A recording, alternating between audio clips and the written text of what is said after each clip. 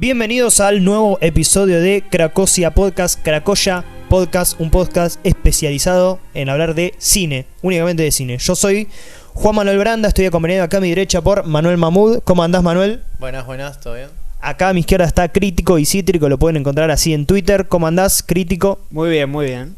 Y estamos acompañados esta vez un invitado más de este nuevo ciclo de Cracoya Podcast, donde tenemos este invitado que es realizador, es guionista, es montajista, pero sobre todo es docente. Lo he escuchado además vociferar con algún discurso muy eufórico sobre las películas de James Cameron, por ejemplo de Titanic y sobre todo de Avatar, que es Adrián Smukler. Adrián, ¿cómo estás? ¿Qué tal? Encantado de estar acá. Todo bien.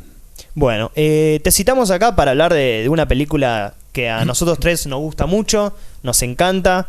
Creo que de los tres es una de nuestras favoritas de la filmografía de Brian De Palma, que es Blowout. Primero preguntarte, Adrián, ¿qué representa para vos o qué significa dentro de la filmografía de Brian De Palma esta película? Bueno, es una película clave, tiene muchas películas claves, en realidad. Es probablemente la película donde su mirada está más historizada, es decir, donde su manera de entender el mundo, el cine, el poder, nociones claves vinculadas a la idea del sacrificio, a la idea de la representación puntualmente, de la articulación de todos elementos, es más nítida, digamos, es más clara, está más organizada, casi podríamos decir es más didáctica, ¿no? Por ahí al lado de, y son más o menos de la misma época. Ahora no tengo a mano la cronología exacta, pero con Obsesión y con Doble de Cuerpo, son tres películas que giran alrededor, además de una construcción de idea que tiene que ver con, si se quiere, una especie de actualización del imaginario de Hitchcock, o de renovación, o de, hasta podríamos decir, exageración del imaginario de Hitchcock. Y en el caso de Doble de Cuerpo y de Blowout, puntualmente referidas específicamente al universo y al imaginario del cine como sistema de representación. Y en el caso de Blowout, más puntualmente que las otras dos, vinculadas a la idea de construcción de poder, digamos, que derivan, me parece, básicamente más allá de que por ahí refiera a todo el imaginario de Hitchcock, puntualmente de también dos películas que son claves dentro de la filmografía de Hitchcock en relación a estos temas, que son Vértigo y Intriga Internacional, ¿no? Con las que tienen muchas y marcadas simetrías y señaladas simetrías, al margen de las que tiene con Psicosis también, ¿no? Pero y con La Ventana Indiscreta, digamos, ¿no? Pero puntualmente con recorridos que tienen que ver con la noción de héroe que por ahí Hitchcock trabaja más puntualmente en Vértigo y en Intriga Internacional. Sí, hay una idea, me parece, alrededor de la filmografía de Palma, de la figura de De Palma como director, que es que por momentos se le hace una crítica, a mi entender, bastante injusta, que es como una especie de copiador de Hitchcock, ¿no? Que parece superficialmente copiar las formas más externas de Hitchcock, y a veces no se entiende, creo yo, muy bien cómo opera De Palma en relación a Hitchcock, como que entiende un poco la misma gramática, ¿no?, que lleva a cabo. Sí, la misma gramática, y por ahí también una especie de es una especie de Hitchcock más gritón, De Palma, ¿no? Es un Hitchcock, si se quiere, más sería como, a mi sensación es que De Palma, que Hitchcock ha tratado de ser, digamos, limado, ¿no? Ubicado en un cajoncito, ¿no? Como el maestro del suspense, y que es un gran artesano que sabe cómo manipular al espectador, como si esa manipulación no implicara un conocimiento no solo de la psicología, sino del espíritu humano, digamos, ¿no? Muy profundo, muy incisivo, y que logra en sus películas extraer. Nuestros terrores más profundos tienen que ver con nuestro concepto de lo que somos, de lo que es el mundo, de lo que, digamos, no es que le tenemos miedo, digamos, La modernidad ha tratado de reducir los miedos a una especie de dimensión psicológica imaginaria, como si no fuera algo que constituye la naturaleza del mundo, del hombre, del ser, digamos, del carácter trágico de nuestra existencia, ¿no? Hitchcock sabe tocar los resortes de el miedo en el ser humano porque conoce o porque utiliza el cine como procedimiento para conocer precisamente la naturaleza del espíritu humano, y aquellas cosas a las que tenemos más miedo son las que nos constituyen ontológicamente, las que nos construyen como seres, digamos, ¿no? Entonces, De Palma reacciona en todo caso reacciona con su puesta en escena, digo, no es que reacciona periodísticamente en la cátedra o en reportajes, ni mucho menos, sino con esa noción de que Hitchcock se lo puede ubicar y controlar y contener en eso, ¿no? Entonces, por eso también muchas veces esas exageraciones que hace tienen que ver con, bueno, sí, creíste entender a Hitchcock, bueno, no entendiste un carajo, digamos, ¿no? Entonces, te lo hago más gráfico. Entonces, qué sé yo, la señorita Torso de La Ventana Indiscreta se convierte directamente en una actriz porno en doble de cuerpo, digamos, ¿no? Bueno, esta cuestión que vos decías del miedo, justamente, me parece que es bastante evidente y hace una simetría muy, ¿cómo se dice? Muy correcta de Palma con, por ejemplo, una película que vos no mencionaste, que es Vestida para Matar, respecto de, bueno, obviamente, el psiquiatra del final de Psicosis, ¿no? Uh-huh. Sí, donde también la podríamos incluir también en esta serie, digamos, así medio improvisadamente la dejé de lado, pero también tiene muchas simetrías y muchas analogías, inclusive con Blowout, ¿no? También es un chico que utiliza la técnica, digamos, para descifrar una estructura de mal que se esconde tras la muerte de su madre, en el caso de Vestida para Matar, y está más anclada en Psicosis, ¿no? Pero también hace una película, así como hace una película Jack en Blowout, no me acuerdo el nombre del personaje en Vestida para Matar, pero también hace una película sobre fragmentos fotográficos que toma para descubrir la identidad. Psicosis también la ha tomado sobre todo en Vestida para Matar, donde también está la larga secuencia del museo, que citando a Vértigo y demás, de Psicosis, ¿no? Hay toda una línea en De Palma que es puntualmente Psicosis, ¿no? Con Demente, con John Lithgow también, como en Blowout, Sisters, digamos, ¿no? Tiene toda como una vertiente muy marcadamente Psicosis, una más Vértigo, digamos, más allá de que retoma en el principio de Blowout también ciertos elementos. Bueno, la visión del mundo de Hitchcock es la visión del mundo de Hitchcock, y la visión del mundo de Palma es una visión completa también. Entonces, digamos, ¿no? Un autor por ahí trabaja particularmente ciertos temas en ciertas películas, pero esos temas se integran en una visión completa, ¿no? Entonces es inevitable que uno pueda establecer referencias. De Palma organiza toda su mirada en relación a la mirada de Hitchcock, ¿no? Entonces claramente es como que lo cual no está nada mal, digo, no es una limitación que se autoimpone, ¿no? Hitchcock es la esencia del cine,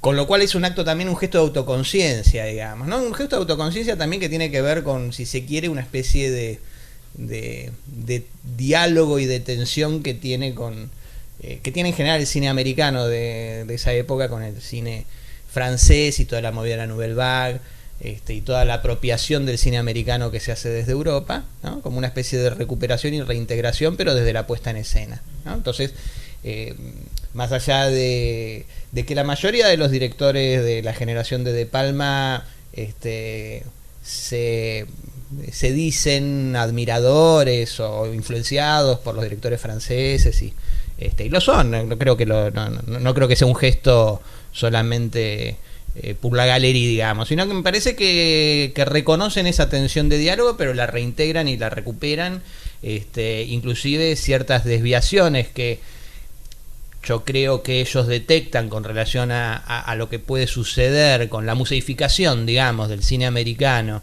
que de alguna forma ciertas tendencias del cine europeo haya tratado de hacer, de recuperarlo en su vitalidad, en su potencia, pero ya como una cosa referida, digamos. El cine de Palma es un cine referido, es un cine que no está produciendo formas, sino que está reflexionando sobre formas, ¿no? Ahí también entra, justo mencionaba Francia, el cine europeo, y Antonioni con Blow Up. Sí. Él también... De Palma dice que Blowout surge de su admiración por la conversación de Coppola y Blow Up de Antonioni, sí, ¿no? Pero también en algún reportaje dice que bueno, que envejeció mucho Blow Up, que nunca la pudo volver a ver, que se aburre. Yo la volví a ver, hacía mucho que no veía Antonioni, debo reconocer. Dije, bueno, voy a hacer un podcast a salir, Blow Up. ¿Cómo era Blow Up? Así que la volví a ver y me disgustó menos de lo que creía. Al margen de mi opinión, que realmente no importa sobre la película, sí, en todo caso, si uno la ve, más allá de que De Palma pueda sentirla como hasta homenaje, ¿no? El título claramente señala la simetría, o sea, no es que, mirá, descubrimos que, ¿no? Alguien que descubre en la juxtaposición de sonidos y imágenes un crimen, y que se llama Blowout, no refiere a Blow Up. Pero bueno, una de las marcadas diferencias es el tipo de historización que hace, ¿no? En relación a la película que hace a la de Antonioni, ¿no? La de Antonioni, el crimen que se revela es un crimen que no se conoce, digamos, en realidad no sabemos nada de ese asesinato. Tampoco él se involucra, ¿no? El héroe es un snob, un fotógrafo snob que está, yo no recordaba que estaba tan criticado. Mi sensación es que Antonioni lo pone realmente en crítica, ¿no? Sí, de hecho espeja con los mimos, por eso, ¿no? Los obreros y los mimos en el comienzo, ¿no? Claro, y que toma en todo caso la fotografía, porque las fotografías que muestra en la película de Antonioni del fotógrafo son fotografías comprometidas, son de carácter social, que son buenas, son lindas fotografías, pero que evidentemente le chupan un huevo y que no las distingue, digamos, ¿no? De hecho está buscando esa última fotografía sin saber lo que está buscando. Y queda ahí reducido en el final a una copia de la copia, digamos, ¿no? Entonces, en ese sentido no está mal, digamos, ¿no? Pero en todo caso sí, pero es interesante en todo caso más allá de si le gusta o no le gusta, si homenajea o si contesta, ¿no? Que muchas veces se pone, bueno, ¿no? Está homenajeando, y probablemente cuando el autor está homenajeando, probablemente también sea una especie de diálogo, de tensión y de respuesta a ciertos postulados que puedan tener alguna otra película, ¿no? Como en este caso, digamos, para mí una cosa clave, que en todo caso seguramente que tiene muchos elementos como para charlar, y que me parece que es un eje del sentido de Blowout, tiene que ver con, pongámosle, si se quiere, como expresión la idea de compromiso en muchas vertientes, pero sobre todo la manera en la que se integra lo personal con la historia, ¿no? Lo personal con el poder, ¿no? De qué manera estamos involucrados en un entretejido, en un entramado de poder que funciona a partir del control de un sistema de representación y con el cual estamos trágicamente vinculados, y personalmente en el sentido más íntimo, ¿no? más vital, ¿no? Nos atraviesa, aunque nos queramos hacer los boludos, digamos, ¿no? termina tomándote si no lo tomás vos, y aunque lo tomes vos nunca tenés ninguna garantía de tener ningún control sobre eso, ¿no? Eso me parece que es el núcleo de sentido, y en ese sentido, digamos, hay una distinción, una toma muy jugada, digamos, si uno lo compara con Blow Up, digo, porque atraviesa toda la historia de Estados Unidos, ¿no? Entonces hace cargo de que ese crimen descubierto es algo en el que él se involucra personalmente, involucra a los que tiene cerca. En todo caso, después podemos ir desmenuzando de qué manera se involucra, por qué se involucra, cómo se involucra y las consecuencias de eso, y hasta qué punto se puede o no separar. Pero eso tiene que ver con esa dimensión trágica, ¿no? Estamos trágicamente, participamos del mundo en el que vivimos, digamos, nos hagamos cargo o no, digamos, es más o menos el planteo de la película. Y el cine es una manera de apropiarse de recuperar esa noción trágica de la existencia humana, que la modernidad trata sistemáticamente de que olvidemos. Sí. O borremos. O borremos. O borremos. Sí. Y nos metemos de lleno con el comienzo de Blowout, que es casi un respiro, ¿no? Lo primero que se escucha es un respiro, la pantalla en negro, y tenemos esta subjetiva de lo que ya vamos a ver que es un asesino, que ya directamente nos conecta con, si bien no es la referencia a Halloween, nos conecta a ese tipo de películas, o mejor dicho, a esta famosa inflación de Halloween, ¿no? A los slasher, este tipo de películas que justamente no vamos a ver. O en todo caso, lo que veremos va a ser la parte de Burke, ¿no? El personaje de el asesino, que sí puede tener alguna semejanza a este tipo de personajes. Bien, ahí hay la película, para mí, pone al espectador en una situación bastante incómoda, más allá de las estrategias que pueda cada espectador tomar como punto de defensa. A mí me gusta mucho esa presentación, es lo mismo que hace también en Doble de Cuerpo, de simular el comienzo de una película que después se ve que es otra, con lo cual ya empieza colocando la noción de representación como en primer término, y aparte lo hace deliberadamente, en este caso aún más, en los dos casos es similar en ese sentido, de una manera muy berreta, de una manera en la que inclusive la incomodidad inicial uno puede imaginarse que entra a un cine desprevenido de una sala, digamos. Ahora ya no, pero cuando en aquella época que yo era jovencito, digamos, no estaban las multisalas y muchas veces uno tenía 2 horas y pasaba por un cine y se metía y no sabía bien en qué se metía, y eso era una manera bastante frecuente de ver películas, ¿no? Uno decía, tengo un par de horas, pasaba por la sala, entraba, ¿no? Entonces, si uno entra a una sala, digamos, de la calle Santa Fe o un buen cine de la calle Lavalle en aquella época, y se encuentra con esta película, no es la película que uno vería en los cines. Digamos, estas películas se daban en todo caso en las trasnoches de ciertos cines, ¿no? Con lo cual genera cierta incomodidad, obviamente deliberadamente, pero además de una manera muy berreta, porque los sonidos, que es lo que inmediatamente se va a poner se escuchan inmediatamente como sonidos muy berretas, ¿no? Pero al mismo tiempo, la música, digamos, todo puntualmente, el viento, ¿no? Están los latidos de corazón, la respiración, al mismo tiempo es con un steady que para aquella época era de, digamos, ¿no? Todo un lujo. Pero entra con una subjetiva. Sí, está bien la analogía porque en ese sentido es el mismo procedimiento que Halloween.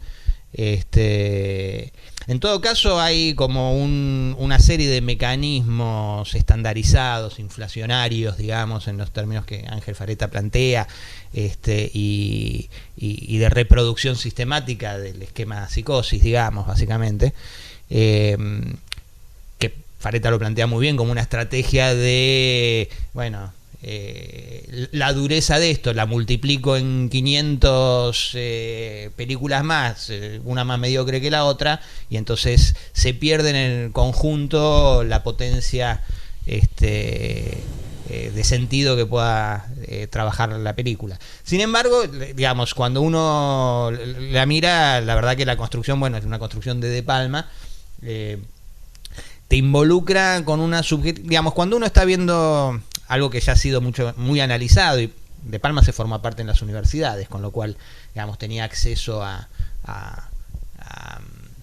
un conocimiento, si se quiere, reflexivo, crítico, teórico, y esto ya, que voy a decir, era un lugar común de la reflexión teórica, digamos, sobre la condición trabajada por Hitchcock en La ventana indiscreta del espectador como voyeur. Cuando uno está viendo una película, digamos, la pantalla te protege, digamos, de lo que físicamente te puede involucrar, y eso hace que uno pueda largar todo su morbo, todas sus perversiones, todas sus mugres, si se quiere, del otro lado de la pantalla, y la pantalla eso lo recupera, digamos, y está en buenas manos, digamos, uno hace catarsis gracias a eso, de precisamente todas esas pulsiones.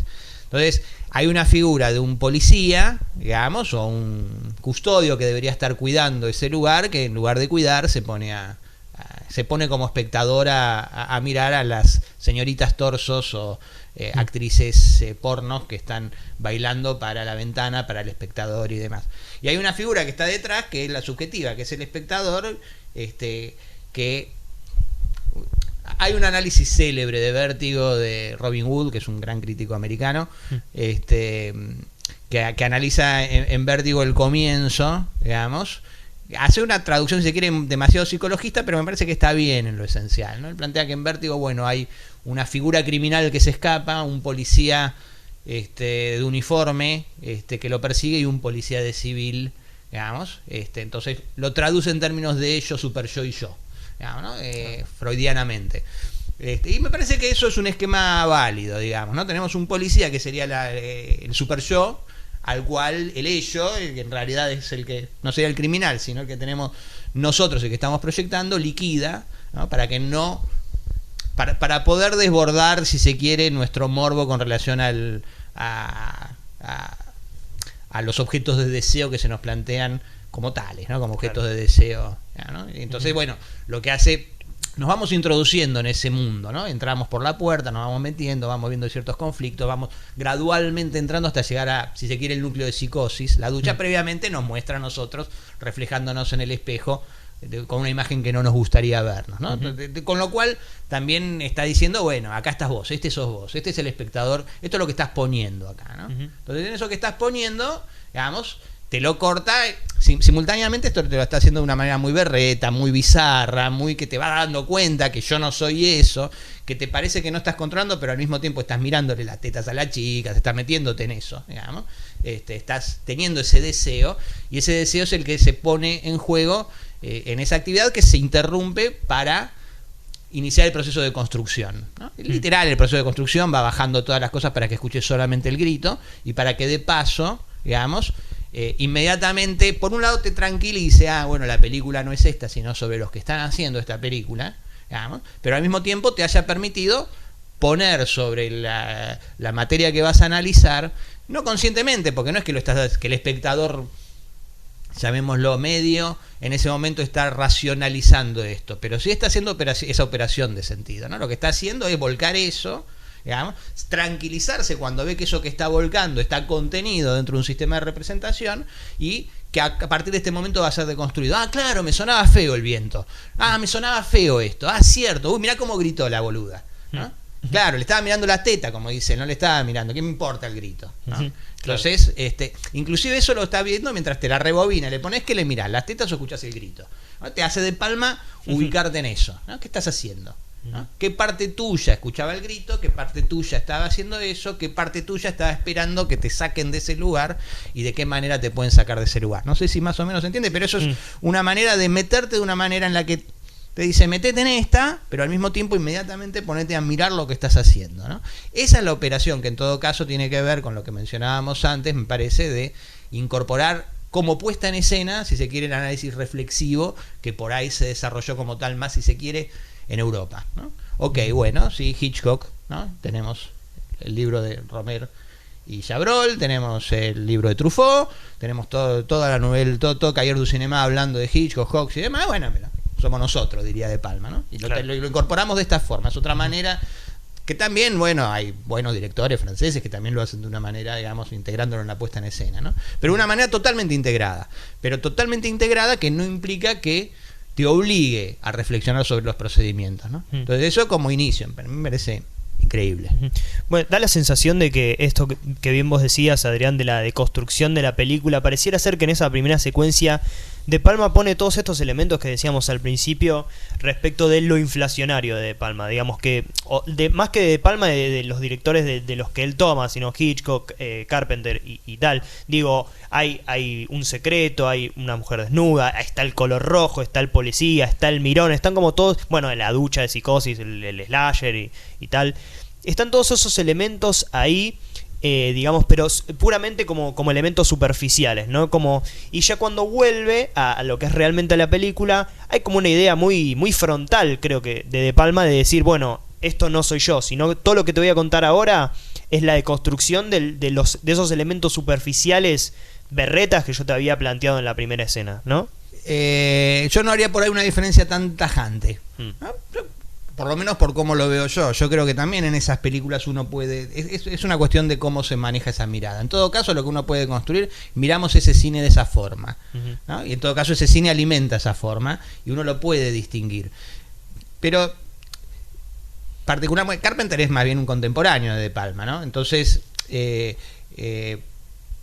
De Palma también tiene...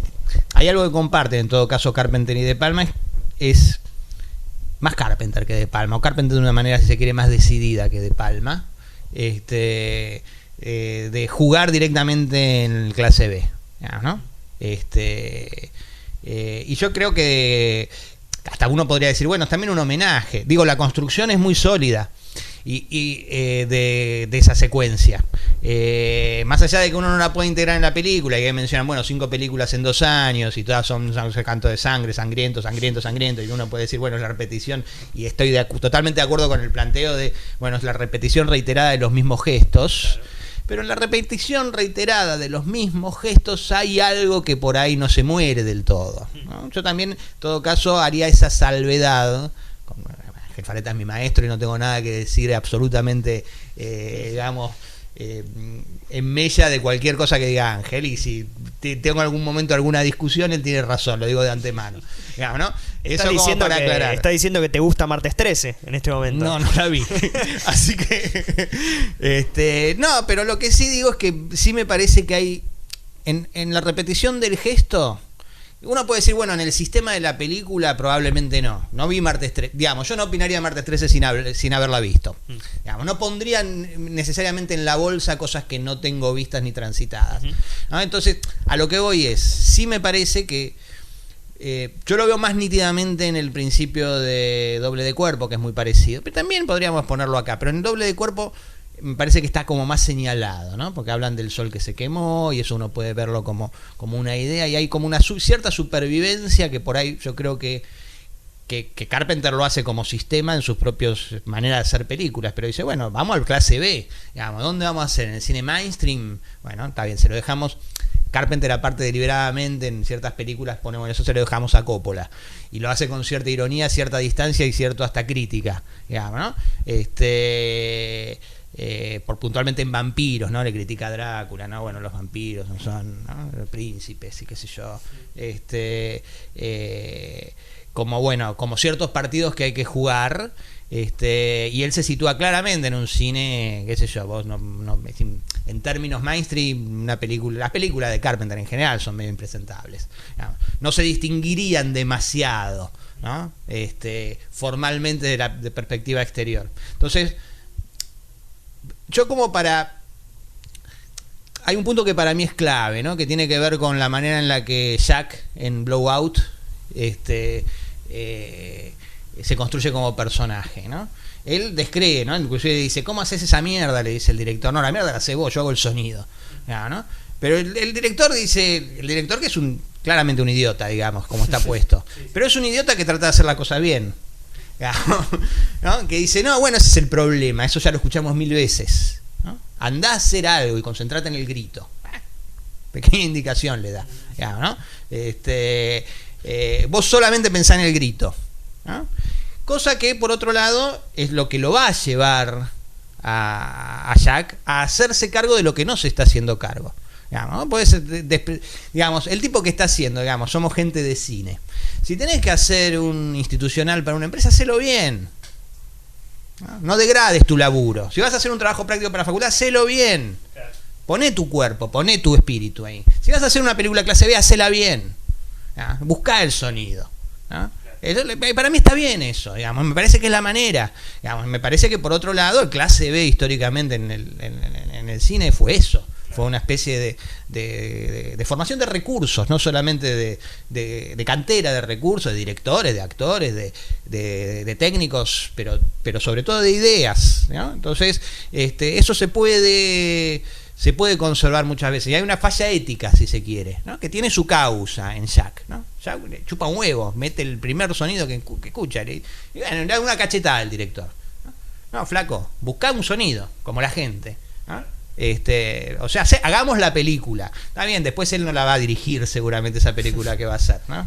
Pero bueno, y eso me parece que yo por eso tendería a decir, bueno, miremos lo que hay aún en aquella cosa que superficialmente nos dice, porque también eso es otra estrategia, ¿no? Es una película, es la que se emplea inclusive con Hitchcock, una película para no ver, o con Cameron, digamos, inclusive con el cine mainstream, digamos, ¿no? Es una película, mirá si, que inclusive se reduce a mirar si el director va a pensar esas cosas, ¿no? Más allá de lo que piense el director, es lo que el director piensa haciendo, el director piensa con la cámara, ¿no? Como Jack, que piensa con el lápiz y el micrófono, ¿no?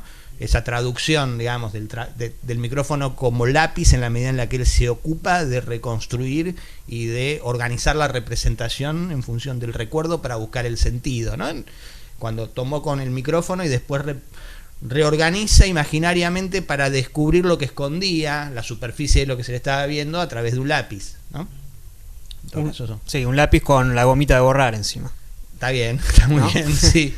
No casualmente. Y uno podría decir que en relación a esto de la inflación, ¿no? Lo bueno que puede ser o lo malo que puede ser, podríamos definir dos tipos de inflaciones, ¿no? Una totalmente comercial, que quiere esconder que es una inflación, y la otra inflación que es totalmente consciente. A mí me parece que la de Baño de Sangre es un director que intenta hacer lo mejor posible, pero que también sabe que no estamos entendiendo a Halloween, pero no importa, lo ponemos en escena.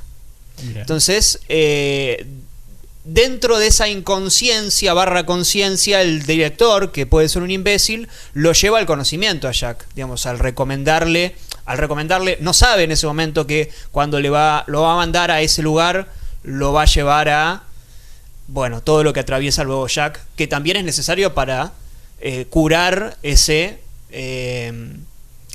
fijación en la que se quedó con respecto a la situación que después vamos a hablar con los micrófonos y demás.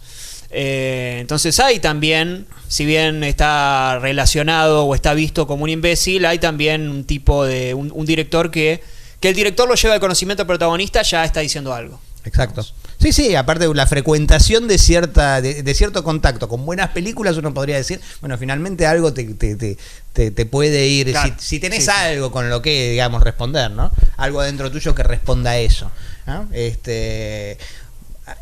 Así que bueno, eso, yo creo que el procedimiento del cine, hay ciertos elementos esenciales del procedimiento del cine que accionan aún en las películas malas.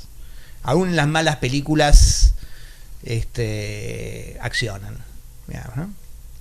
Sí, retrocediendo un poco, digamos, a la escena inicial, ¿no? Toda esta subjetiva, y también lo que comentabas de desviar la atención o desviar la mirada, ¿no? Eso del grito, pero estás mirando las tetas, tenés que prestar atención en otra cosa. Creo que también en esa escena todos los personajes dentro de esa película slasher, o como se quiera llamar, están en cualquiera, ¿no? Como que nadie ve a un tipo que está con una máscara, es muy notorio, digamos, aparte un tipo grande, se ve reflejado en el espejo, todos pasan al lado de él. Uh-huh. Creo que Blowout es justamente una película donde todo está a simple vista, pero nadie lo termina de ver, ¿no? Está todo en la cara, pero no le prestas atención o estás en cualquiera, digamos, ¿no? Creo que hay una...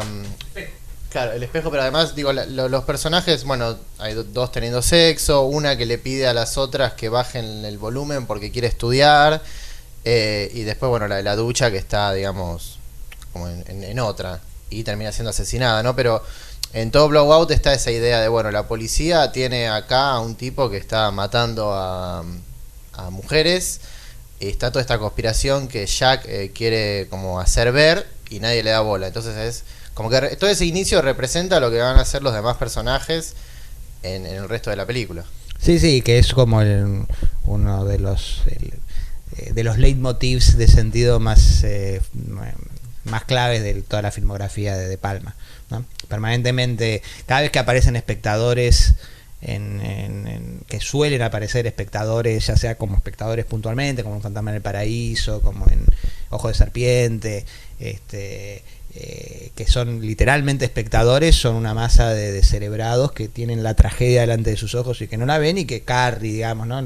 Cuando te muestra todo el hilito que va llevando a lo que va a desencadenar, ¿no? Como que permanentemente hay alguien, digamos, al que le es dado ver eventualmente una realidad que todo el mundo trata de tapar, ¿no? Y bueno, yo creo que digamos, ¿no? Tiene bastante que ver con cómo es el mundo, digamos, ¿no? Pero es puntualmente eso, sí.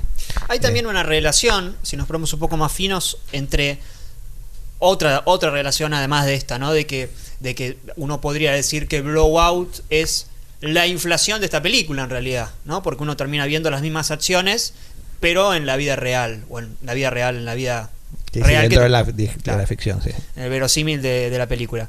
Pero también esto que se presenta, que casi parece un gag, ¿no? Que dice shower, ¿no? El baño tiene el cartelito de baño, o la habitación dice habitación, ¿no? Casi como si dice, bueno, estos son tontos que no saben que... Pero sin embargo uno va después de ver la película y va a ver que el lugar de la policía va a decir policía, Personal Effects va a decir el lugar donde... Animación, ¿no? Entonces esos mundos se van chocando, ¿no? Es muy evidente eso, sobre todo cuando uno la vuelve a ver, ¿no? Como ya hemos vuelto a ver tantas veces Blowout. Hay un poco esa idea de que todo aquello que vemos nosotros nos sentimos alejados, ¿no? Como, bueno, esto es desagradable, pero en realidad en el mundo real terminan pasando cosas mucho más horribles que las que vemos en cine.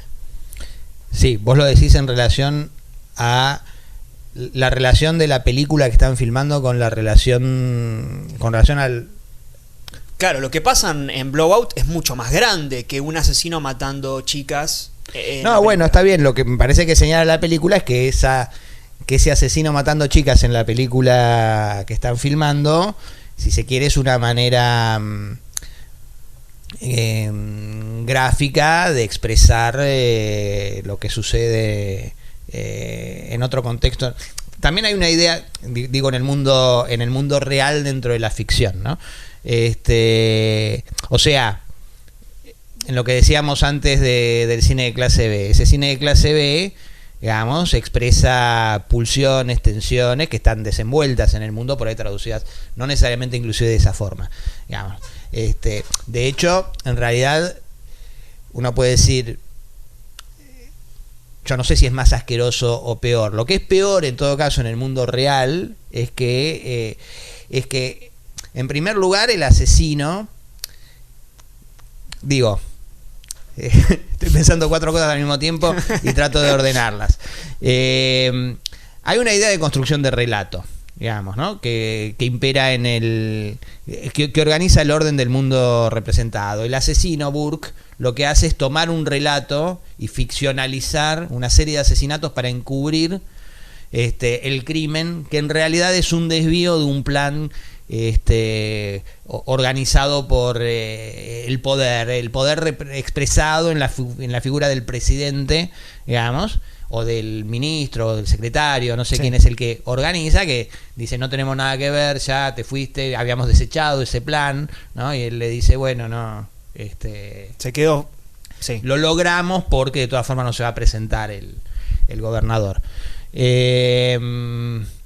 A mí me parece que un punto muy, muy interesante, que tal como lo trabaja De Palma, es que hay, digamos, uno podría decir, bueno, que lo está tratando de limpiar al secretario de Estado, como, ¿no? Uno puede decir que un presidente no sabe que se cometen crímenes para sostener un poder. Digo, lo que es peor es la sistematización. No sé si es más sangriento el psicópata acuchillando a las chicas en las duchas que la manera que ahorca a la prostituta, claro, Burke. El tema es el cálculo, ¿no? El cálculo y el esquema y el sistema, el convertir eso en sistema de construcción de poder, ¿no? Y fundamentar la construcción de poder en esa estructura criminal. Eso sí, yo coincido plenamente, es más siniestro, es más repulsivo, si se quiere. No sé, es más siniestro en el sentido en el que va más a la constitución del sistema, digamos, del sistema del mundo, del poder, de las relaciones de poder. Sí, no, quizás podría ser más grave lo de Burke, digamos, lo del personaje de John Lithgow, en el sentido de, Esto que lo hace mucho Hitchcock, que es apropiarse de los lugares públicos o conocidos y utilizarlos para las películas, etcétera. Acá Burke lo que hace es, digamos, matar en espacios públicos, digamos. Inclusive, una vez que termina de asesinar a la chica en el baño, en la estación de tren, la cámara se va para atrás, como poniéndonos del lado de afuera del baño, digamos, como de un corredor, un corredor más de la estación. Hay un tipo que está asesinando a alguien ahí y nadie dice nada. Lo mismo cuando en la primera víctima que tiene, ¿no? que la agarra en medio de una parada de colectivo, la tira para atrás y hay gente pasando y nadie presta atención. Quizás en esa idea puede ser como más un golpe de realidad, ¿no? En el sentido de que es aún más a simple vista. Sí, pero yo creo que la diferencia para mí más esencial pasa porque es parte de un sistema de construcción de poder. Digo, en el caso del asesino, digamos, es un asesino que tiene un problema psiquiátrico o una no sé qué, digamos, que una compulsión que en su deseo lo transforma en deseo de muerte y mata al que está cerca. Digo, eso es horrible, digamos, pero mucho peor es cuando eso se hace fríamente, calculadamente, inclusive para encubrir una estructura que tiene que ver con que fundamenta su poder sobre el crimen, sobre que la naturaleza del poder está directamente asociada al crimen, ¿no? De hecho, bueno, el asesinato de la primer víctima al azar, digo, porque Burke busca sus víctimas por su parecido para establecer una serie, ¿no? Y para entonces disimularlo con un relato que tiene que ver con ese tipo de construcción. Y lo vincula con un relato que tiene que ver porque se inspira, digamos, en la Campana de la Libertad, y entonces dice, bueno, como estamos en esta semana del jubileo por la independencia y bla, lo asocio a eso, ¿no? Pero lo hace en una obra en construcción, digamos, que a la salida de la obra en construcción se ve claramente, eso roza lo alegórico, digamos, ¿no? Se ve el camión, el mezclador con la bandera norteamericana, ¿no? Que es lo mismo que hace así casi tan literal, digamos, como el núcleo de construcción de América asociado a esa actitud criminal, digamos, ¿no? Entonces eso se puede trasladar políticamente a la intervención norteamericana en América Latina o en cualquier lugar del mundo. Ahora tenemos Venezuela, digamos, ¿no? Entonces la idea de que el crimen es el fundamento del poder norteamericano lo traduce a un conflicto personal, pero eso es lo más siniestro, digamos, ¿no? Que no es un loco suelto que anda matando chicas, que es suficientemente siniestro, pero que es azaroso, que es bueno, qué sé yo. No, esto es planificado y utiliza eso como recurso de relato para disimular inclusive la verdadera sustancia de lo que está sucediendo. Y lo que en todo caso a lo que quería llegar con el desvío, tiene que ver con que esto de que no es que dice, bueno, el político se trata de desprender de la mano pesada que del estiuso o del servicio que hizo el trabajo porque se pasó de rosca, ¿no? Y entonces dicen, bueno, no son así, no es que el tipo, en principio el tipo planificó, después la descartaron, lo que se quiere es lavar las manos, ¿no? Y lo que me parece que es interesante es que en el planteo de la película es algo que es propio del sistema, digamos, que no es algo que más allá de que descubramos que tal presidente ordenó el asesinato de tal competidor, es algo que está en la naturaleza del sistema, ¿no? Porque no es que uno piensa cuando viene el secretario del gobernador asesinado a decir la familia, esto que el otro, a encubrir el crimen, que digamos como que necesariamente, como que uno tenga la sospecha de que era cómplice. No está trabajado de esa manera, que era cómplice ¿no? Es probable que no fuera cómplice, por lo menos no está ni indicado ni sugerido, creo, ¿no? Pero es parte del sistema, ¿no? Tenemos que taparlo, porque esto puede... porque esto hay que taparlo, hay que no verlo. Inclusive el periodista que le dice que le cree, qué sé yo, es una buena nota, claro, ¿no? De hecho dice, me ven 8 millones de idiotas, estos 8 millones, no dice idiota, no me acuerdo cómo dice, pero claramente no es que dice, y eso me parece muy valioso de la película, que no es el periodista noble que quiere saber la verdad y que esto, que lo otro, ¿no? Es un tipo que ve una beta que puede servir, pero que dice, bueno, ya hay 8 millones de tipos que van a creer en lo que yo diga, así que te van a creer a vos, ¿no? Y entonces lo que ve ahí es un negocio, si se quiere, ¿no? Entonces también está integrado dentro del sistema, la policía, que no quiere ver nadie, que esto que decías antes, nadie quiere ver, porque bueno, porque todos de alguna manera somos seducidos y tenemos ciertas complicidades con ese esquema establecido, ¿no? Entonces lo que permite la película es decir, bueno, ¿hasta qué punto, ¿no? Sos cómplice? Luego viene la secuencia de títulos. Tenemos todos los elementos de vuelta: el viento, la pantalla en negro, las dos palabras divididas de blowout, que uno podría decir que pueden ser el audio y el video, que se unen en esa O de ambas palabras, ¿no? Para justamente este audio y video que va a terminar siendo la cinta, ¿no? Que también, ¿no? Lógicamente circular y demás. Y de ahí vamos a pasar a esta escena con la pantalla dividida, con las noticias por un lado, Frank Donahue además, y él armando sus cintas. Sí, previamente eso de la pantalla dividida, me parece, no sé qué pensás, Adrián, que justamente antes de la pantalla dividida hay una pantalla dividida diegética, ¿no? Viste que él está viendo la tele, después se va a acercar a sus sonidos y qué sé yo, se va a poner a trabajar y se pone la tele en el costado derecho y él en el costado izquierdo trabajando, pero todavía no hay una franja negra que divide el cuadro. Después sí va a empezar a ver como insert de los detalles de él trabajando y qué sé yo, y las noticias por otro lado. Digo, ¿no te parece que hay una idea ahí de... Vos decías justamente al principio de la charla de que De Palma pareciera ser como un Hitchcock más gritón, ¿no? Como supera esa autoconciencia, digamos. Como ¿no te parece que hay una idea de, bueno, ya conozco todos estos directores, ya sé cómo trabajan, ya entiendo la gramática, entonces ahora puedo permitirme este artificio formal porque yo antes te mostré que yo lo puedo hacer desde la propia película? Sí. ¿Por qué no? Sí. Yo creo que no sé si necesariamente... en todo caso me parece que el primer plano, poniendo los dos, digamos, sin el... toda la apuesta de Palma es muy artificial, pero también era muy artificial la de Hitchcock, digamos, ¿no? Nunca se preocupó, o bueno, Hitchcock se movía en un imaginario cinematográfico donde ese artificio estaba como menos cuestionado, ¿no?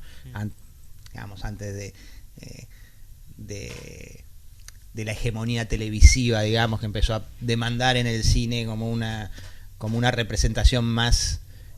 también está hipercodificada, digamos, pero si se quiere que parezca más real, digamos, uno no puede creer en los atardeceres digamos, de La ventana indiscreta o de La soga o en hasta La truca de los pájaros, digamos, ¿no? Ese es como que no es que te las crees, digamos, ¿no?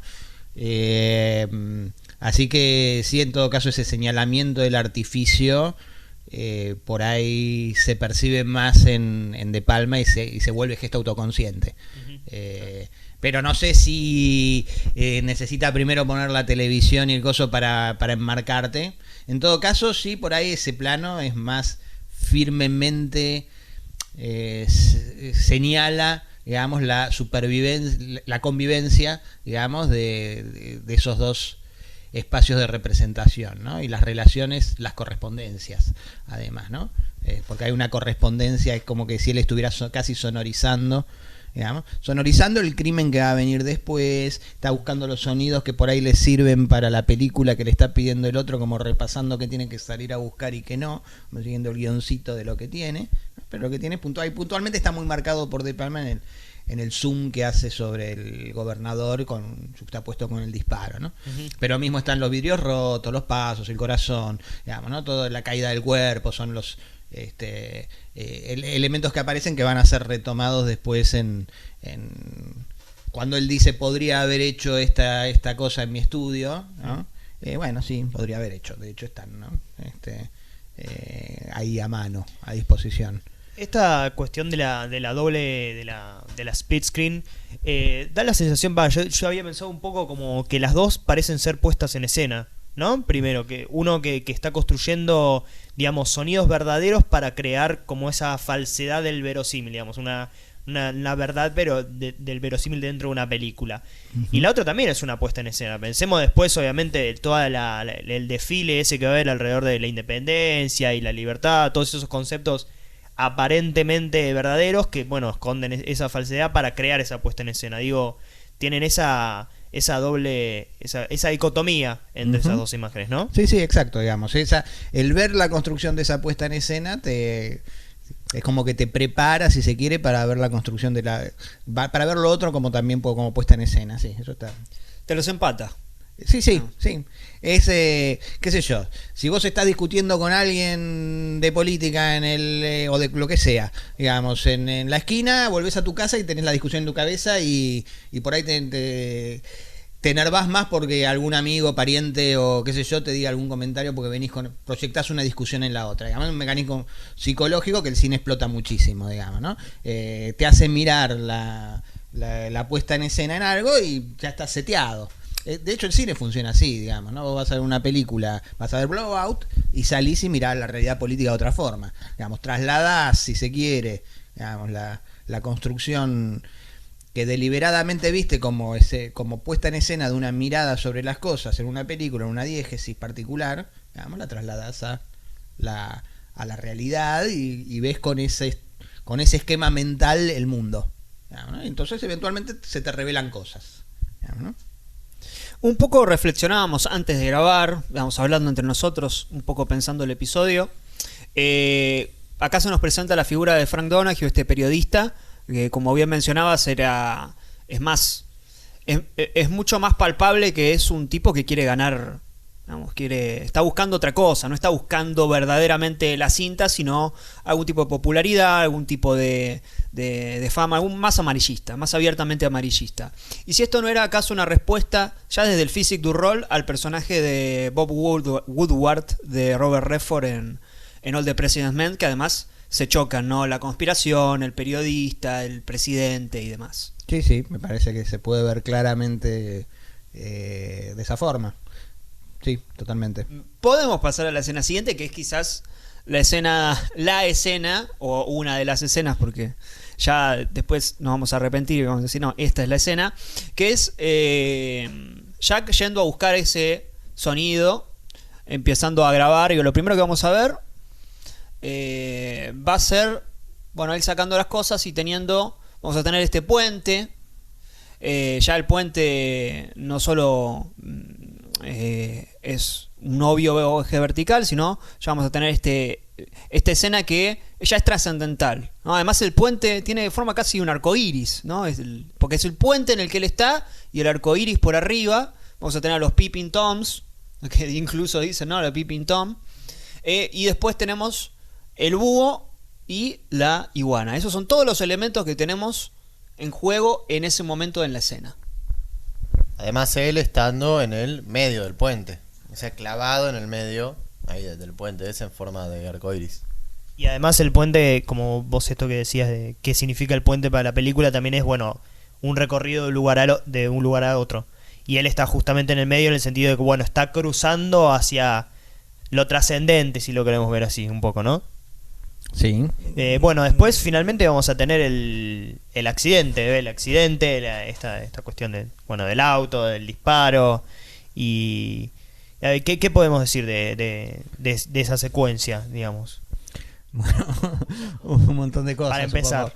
Bien, sí, es una escena clave, es una escena de una construcción, aparte de una precisión. Hay muchos elementos, ustedes señalaron muchos de los claves, ¿no? Hay una construcción espacial muy precisa, ¿no? El espacio en cine se trabaja, es siempre, ¿no? Es potencialmente siempre una construcción simbólica. Digo, el cine funciona como una especie de representación del mundo en un sentido espacio-temporal, digamos, no solo en el sentido de que representa cosas como si te mostrara cosas que existen para ser representadas. No sé si se entiende algo de lo que dije. Digamos, ¿no? Uno se proyecta un espacio-tiempo. ¿no? Entonces la construcción espacial y temporal de una película es una manera de proyección de un determinado universo, ¿no? Y está muy bien señalado que él está en el centro, está visto desde arriba, es una especie de explosión de puentes, pues si bien en la ruta también la ruta cae hacia, y él está en un puente, arriba hay otro, hasta es casi, exagerando un poco, una especie de diagrama de Escher de puentes dentro de puentes, desde arriba de puentes, donde él es el centro de múltiples miradas, de múltiples perspectivas, ¿no? Está como un poquito en el lugar de, si se quiere, de Jeff en La Ventana Indiscreta, ¿no? Mirando para potencialmente para cualquier lado, ¿no? Como en La Ventana Indiscreta o como en La Conversación, es alguien que sabe, en este caso escuchar, pero también sabe ver, digamos, está especializado en eso, ¿no? Y tiene dispositivos técnicos que le permiten ejercer, ¿no? Eso también está tomado de La Ventana Indiscreta. Por eso cuando dicen que es un voyeur, un pipintón, ¿no? Está tomado y está, es como una cita no, digamos, no en el sentido de una referencia para ser reconocida como cita, mira, es la cita de La Ventana Indiscreta, sino como claro, incorporación de una estructura semántica, una estructura de sentido que ya acciona en La Ventana Indiscreta, ¿no? El goce, digamos, de la capacidad técnica de un determinado saber, de un conocimiento, inclusive uno podría decir el desvío, porque ahí podríamos hacer una rima de sentido, digamos, con relación a ese desvío del policía. Bueno, él salió a registrar sonidos y se distrae espiando una conversación íntima de una pareja y disfrutando de que la mina sospecha, de que no le dan bola, disfrutando de ese lugar de poder escuchar lo que están diciendo el otro, que en esa satisfacción de voyeur, digamos, es la que Hitchcock analizó con detalle, bueno, en Psicosis, en La Ventana Indiscreta, en general en su cine, que eso es una de las cosas que ya estaban suficientemente estudiadas para el momento en que Hitchcock De Palma estudiaba, ¿no? Aparte, seguramente cuando estudiaba, no sé en qué universidad estudió De Palma, pero muy probablemente haya venido Hitchcock a dar alguna que otra charla. Digo, no, cuando estudiaban, a diferencia de los que por ahí podemos recibir nosotros, ellos recibían, qué sé yo, a Hitchcock, a Hawks, a Ford, ¿no? Vienen a dar una charla. Así que eso él está involucrado de esa manera también ahí. Digo, me parece que él está jugando. Después nos vamos a enterar, digamos, pero lo podemos recordar nosotros ahora, que él tuvo una primera perspectiva del carácter trágico de la vida por un exceso de soberbia, digamos, una falla propia, de no haber considerado el costado humano, digamos, del manejo técnico que él tenía. Y bueno, el tipo podía sudar y eso podía poner en corto la cosa y de alguna manera esa falla, por ese, bueno, esto yo lo manejo. Es el mismo disfrute que él tiene, hay una simetría, ¿no? Entre el disfrute que él tiene ahí cuando escucha a esa parejita, del disfrute que él tiene cuando a 3 cuadras o 2 cuadras persiguiendo el auto está escuchando y disfrutando de eso. Entonces hay como una cosa donde no me gusta pensarlo en el sentido de, bueno, entonces recibe el castigo por esa falla, ¿no? Pero eso sí tiene que ver mucho con el héroe hitchcockiano, la idea del falso culpable, ¿no? La idea del personaje que está involucrado y que de pronto se tiene que enfrentar a cosas que él no tiene la responsabilidad, ¿no? Pero siempre que él no tiene la responsabilidad de esa trama en la que se ve envuelto, el personaje hitchcockiano, pero cae se enrieda en eso por faltas, si se quiere, menores, ¿no? Porque estaba, qué sé yo, en intriga internacional, ¿no? Él cae porque tiene la cosa no resuelta con la mamá y también se toma, si se quiere, como Jack, su oficio como ligeramente y como que no le da bola, como que no es responsable, ¿no? Hay una falta de responsabilidad de hacerse cargo de su lugar en ese contexto, cosa que se le presenta inmediatamente y se hacen cargo. Los héroes hitchcockianos, como los de Palmiano, cuando se le presenta la situación, se hacen cargo. Me tengo que hacer cargo, me hago cargo. El auto se cayó, me tiro a salvarla, ¿no?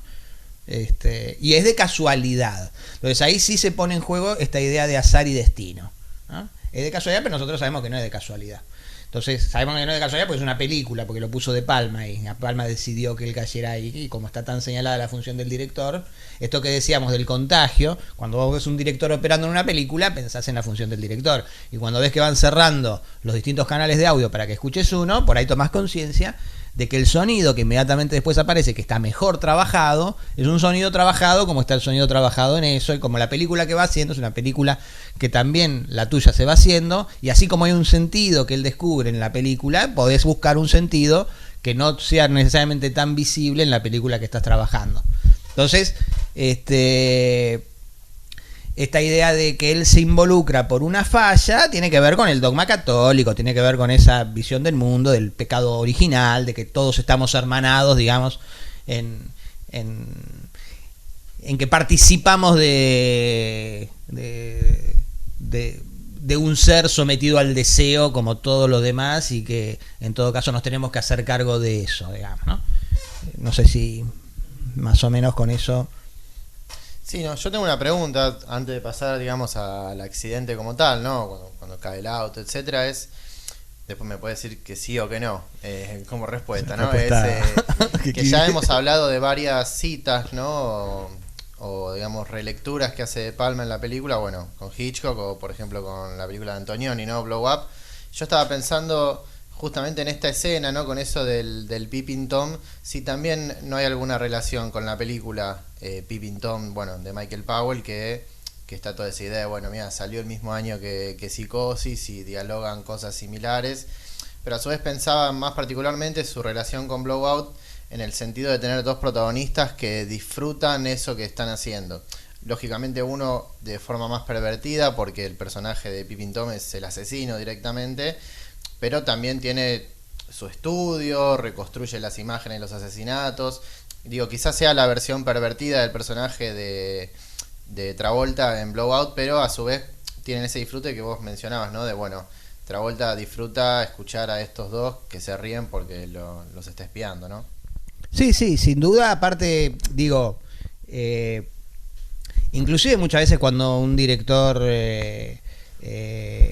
no necesariamente lo hace de las citas y las referencias, si traemos a De Palma o a cualquier otro director y le decimos, che, ahí estás citando, te estás refiriendo a tal, probablemente diga la verdad que no lo había pensado, pero digamos,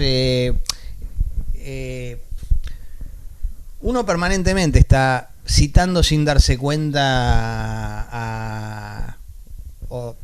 digo, vos ves una película, te cambió la perspectiva, ni siquiera te cambió la perspectiva, te dio una cierta perspectiva con la cual vos entraste en tensión. Mañana hablas o haces tu película o haces otra cosa y indefectiblemente va a aparecer de alguna forma y alguien que la vea y que diga, mira, sí, le estoy respondiendo, o estoy citando, o estoy refiriendo. Digamos, es muy ostensible en todo caso las películas icónicas con relación a la figura de un voyeur, digamos, de alguna forma todas, inclusive hasta las que no vio De Palma, de alguna forma uno puede establecer tensiones y diálogos. Digamos, así que sí, en principio si la respuesta era sí o no, estoy seguro que sí. No tengo la menor duda de que no puede ser inconsciente un tipo de reflexión en ese orden en el caso de Palma, pero inclusive podríamos dejar de costado, leí en un reportaje que De Palma dice que no. Bueno, no importa, ¿no? O sea, no. Uno puede establecer inclusive, ¿no? Hay un ensayo muy lindo de Borges sobre Kafka y sus precursores, digamos que los escritores producen sus precursores cuando escriben sus obras, digamos, ¿no? No es que hay una idea, que podríamos muy claramente situarla en relación a De Palma con Hitchcock, ¿no? De Palma viene de Hitchcock, entonces Hitchcock, De Palma. Bueno, De Palma arma sus precursores. Incluso uno podría decir, a ver, alguien que no haya leído la Ilíada. La Ilíada está en toda la tradición occidental, así que vos no leíste la Ilíada, escribiste, esto es de la Ilíada. No, si no la leí, ¿qué importa? Claro. Digamos, ¿no? Ya está, porque inclusive uno podría decir en la propia construcción simbólica, en cualquier construcción simbólica. Si la construcción simbólica es un símbolo, el símbolo construido es un símbolo real, un símbolo que dice algo verdadero, listo, ya está. Podés encontrarlo en un filósofo griego que no leíste, o el diálogo con los filósofos dentro de 200 años, o pensadores, o cineastas, o artistas, o escritores dentro de 100 años. O sea, en todo caso, lo que sí vale la pena es comparar perspectivas, o ver cómo se afinan, o ver cómo se revisa una cierta idea. o se vuelve original, digamos, ¿no? Wells decía algo muy lindo con relación a que las ideas de los demás uno tenía que descubrirlas por sí mismo, ¿no? Algo parecido, ¿no? Como que Claro. esta hay cosa de citar, ¿no? Porque yo muchas veces lo veo, inclusive por ahí hago tanto énfasis porque muchas veces lo veo como una cosa donde hay un valor porque reconocí una cita. Claro. El valor está en todo caso en la idea que la estructura de sentido trabaja y no en la referencia, en la marca, en las rayitas que uno puede hacer entre una película y película. En todo caso eso sirve para, mira, no había pensado esto en relación al imaginario de tal película, o de tal autor o de tal personaje, y pensándolo así encuentro resonancias que casi diría, no es que me ayudan a entender mejor la película, me ayudan a entender mejor el mundo. Ya, ¿no? Entonces, esta idea de la actitud del espectador de cine es algo sobre lo que el cine reflexiona mucho, digamos, eso, particularmente el cine autoconsciente, y esta idea de lo que permite, lo que habilita precisamente esta construcción de la proyección de nuestra subjetividad en un universo imaginario del cual estamos personalmente protegidos pero espiritualmente afectados, digamos, ¿no? O sea, uno ve una película y precisamente porque no tenés que entrar, qué sé yo, estás en la puerta de Cromañón, tenés que decidir si entras o no a rescatar cuerpos. Ahora estás viendo una película con un incendio en la torre y no tenés que entrar. Entonces sentís el impulso, sentís el temor y te metés con los que se meten y te quedás afuera con los que se quedan afuera. Y eso te hace entender cosas de tu subjetividad. Entonces estás viendo Psicosis o estás viendo... Por eso digo, inclusive en estas películas en las que uno proyecta y son berretas y son como una cosa morbosa de estímulo erótico, tanático, simultáneo y sin procesar, digamos, que puedan haber, digamos, de todas formas el procedimiento está y la proyección existe. Y por ahí vos haces tu análisis sin que te lo induzca Hitchcock. Cuando Hitchcock lo hace porque tiene una idea y hace un uso, y obviamente es mejor que te lo haga Hitchcock, que Hitchcock te acompañe, te guíe, ¿no? Y te permita y te haga un recorrido que va a llevarte a la liberación de esas pulsiones o al procesamiento de esas pulsiones, a la reelaboración y a la comprensión de qué expresan de vos esas pulsiones, ¿no? Y eso, bueno, eso en todo caso sí me parece que es clave, que uno intuye que De Palma siente que cuando se lo trata de atenuar o de inflacionar, y en todo caso ahí está la respuesta, necesita situarse de una determinada manera frente a eso, ¿no? Entonces, inclusive uno podría decir, bueno, ¿y qué viene? Si viene De Palma y dice, la verdad que están delirando, ¿no? Yo no pensé nada ni remotamente de eso, sí, uno podría decirle pedantemente y con soberbia, digamos, sí, porque hiciste la película, yo lo veo en la película, digamos, o sea, fue tu manera de pensarlo y procesarlo, digamos, eventualmente, no sé si se entiende. Él pone un pibe que después de haber sido la causa de la muerte de un informante por un mecanismo que él no pudo prever, y no pudo prever porque no se dio cuenta que el chabón podía estar nervioso y podía transpirar, y no tomó el factor sudor, digamos, como elemento que podía ponerlo en peligro. Es decir, hay una responsabilidad, una culpa. Sale y le dice, tiene razón, no es culpa tuya. Y dice, sí, qué sé yo, no es culpa mía. No es culpa mía. Decíselo a preguntarle a Freddy, ¿no? Si no es culpa de quién es, ¿no? Pero esa culpa, digamos, Jack la asume, pero se distrae. Entonces labura en un lugar ya no labura en la policía. Entonces, ¿a dónde se fue a laburar? Al cine. Claro. ¿No? Entonces aplica ese conocimiento del cine en películas de mierda, en las películas en las que él no cree, en las películas qué sé yo, bueno, me hincha pelota, tengo que salir a... Cuando graba, sabe escuchar, ¿no? Ahí es clave lo que no entiende, ¿no? Hay un ruidito ahí ¿no? Que es el reloj, ¿no? El reloj de Burke, ¿no? Ese ruidito, el resto de los ruiditos los ubica, sabe qué son, ¿no? Después te los muestra, ¿no? Y ahí está muy bien la señalización entre el búho y la rana, ¿no? Entre lo bajo y lo alto, y a lo que le lleva el búho a mirar, digamos, ¿no? Y ese tipo de elementos que aparecen como construcción simbólica, pero puntualmente ese sonido, ¿no? Que le queda, ¿no? Que es el del reloj, ¿no? Que aparte, digamos, en el plano te muestra primero un cartel luminoso, como es el punto de vista de él creyendo que es ese cartel luminoso el que hace el sonido, cuando en realidad, bueno, porque no sabe lo que lo ocasiona, digamos. Sí, pero no se queda con uno piensa, debe ser el sonido, después te muestra que está un poquito desviado, viene de ese sector, pero a él le queda ese sonido, la expresión de él es gráfica en el sentido de que no es el ruidito del cartel.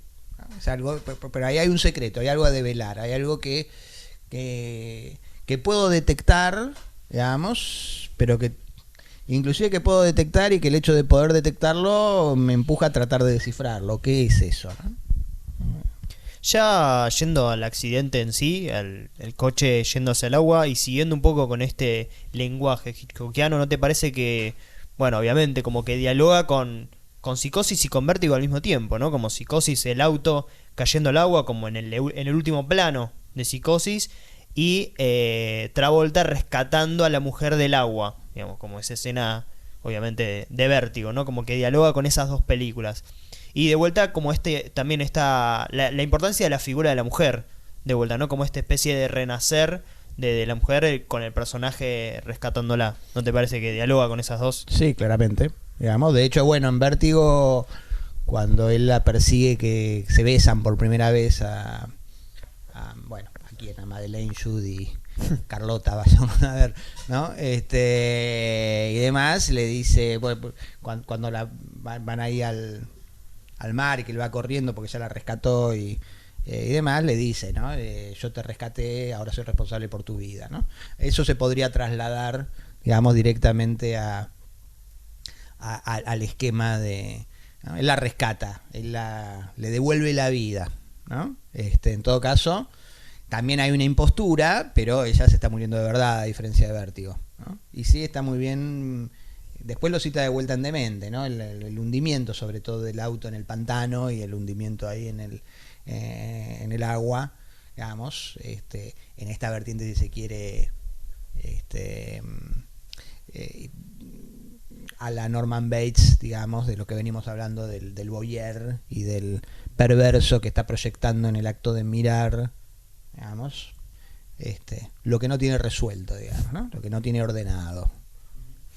Si nos ponemos a ver esto que decíamos de Vértigo en relación a Madeleine y Scotty o Judy y demás, es interesante la relación entre ellos, ¿no? Entre Jack y Sally, porque, bueno, en Jack y Sally ahí tenemos, ¿no? La muerte y resurrección, incluso después ella va a estar con la bata blanca, ¿no? Como recién parida, incluso que la saque del auto también es un poco, ¿no? Un parto. Y la relación entre ellos también es de dos personas que se comunican dentro de lo completamente marginal, digamos. Son personajes que no tienen amigos, no tienen otras personas para hablar, siempre van a salir por el fondo, por atrás, ¿no? From the back. Incluso cuando la saca después Jack del lugar, que le dicen, bueno, llévate a la chica, también de la vuelta la está llevando con el auto, vamos a tener el agua y la ¿cómo se llama el vidrio, ¿no? Que se mueve como el lápiz. Pero y ella tampoco termina de reconocer, todo el tiempo está con esa postura más infantil, más inocente, cuando habla con Burke. Hay algo en ambos personajes de no reconocerse, pero dentro de ese no reconocerse terminan haciendo una conexión que no pueden tener con los otros personajes. Sí, aparte es muy...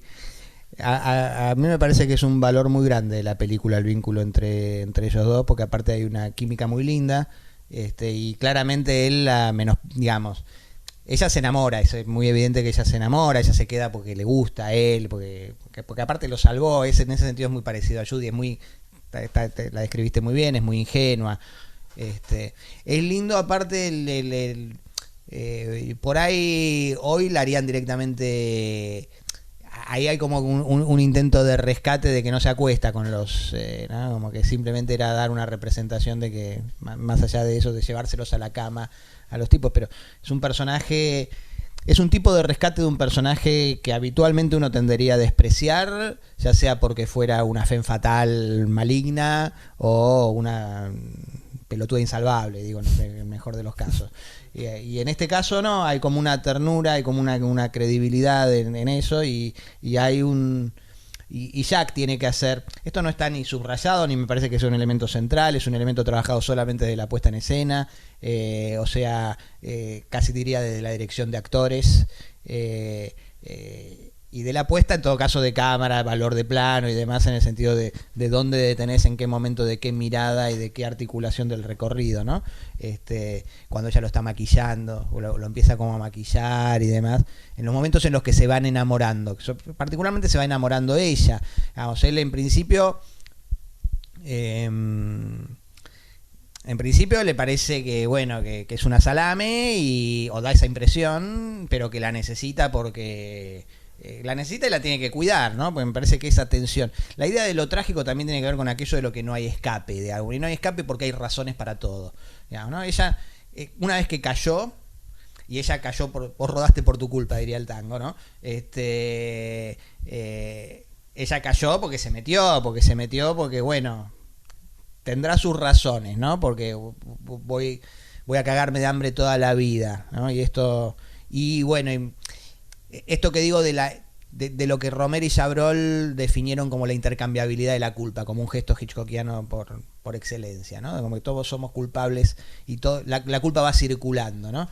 Esta idea de, bueno, si el tipo cae es porque el tipo tenía, digamos, porque no era limpio, digamos, ¿no? Porque si no me levanta y me lleva al hotel, digamos, a que le saque las fotos. Con esto entonces tiene esa excusa, digamos, como para... Pero mientras tanto se va metiendo y se va embarrando, ¿no? ¿Qué es lo que él le dice? Con tanto barro no me di cuenta que eras tan linda, ¿no? Entonces aparece ese sistema de ideas, aparte, bueno, la saca del barro, digamos, esto que decía, la empieza a formar, en ese sentido también es muy Vértigo, ¿no? Esta cosa de la referencia a Vértigo, digamos, le empieza a dar forma, ¿no? Como Scotty a Judy, ¿no? No en todo caso como referencia a un ideal, pero le empieza a poner un propósito, ¿no? Le empieza a dar un propósito en el que le va la vida, ¿no? Porque en ese sentido la construcción trágica es muy exacta y muy perfecta, porque bueno, si te vas te van a hacer boleta, porque bueno, sos un cabo suelto, con lo cual, y ya vemos que simultáneamente efectivamente está desplegándose la trama que va a terminar con la vida de ella.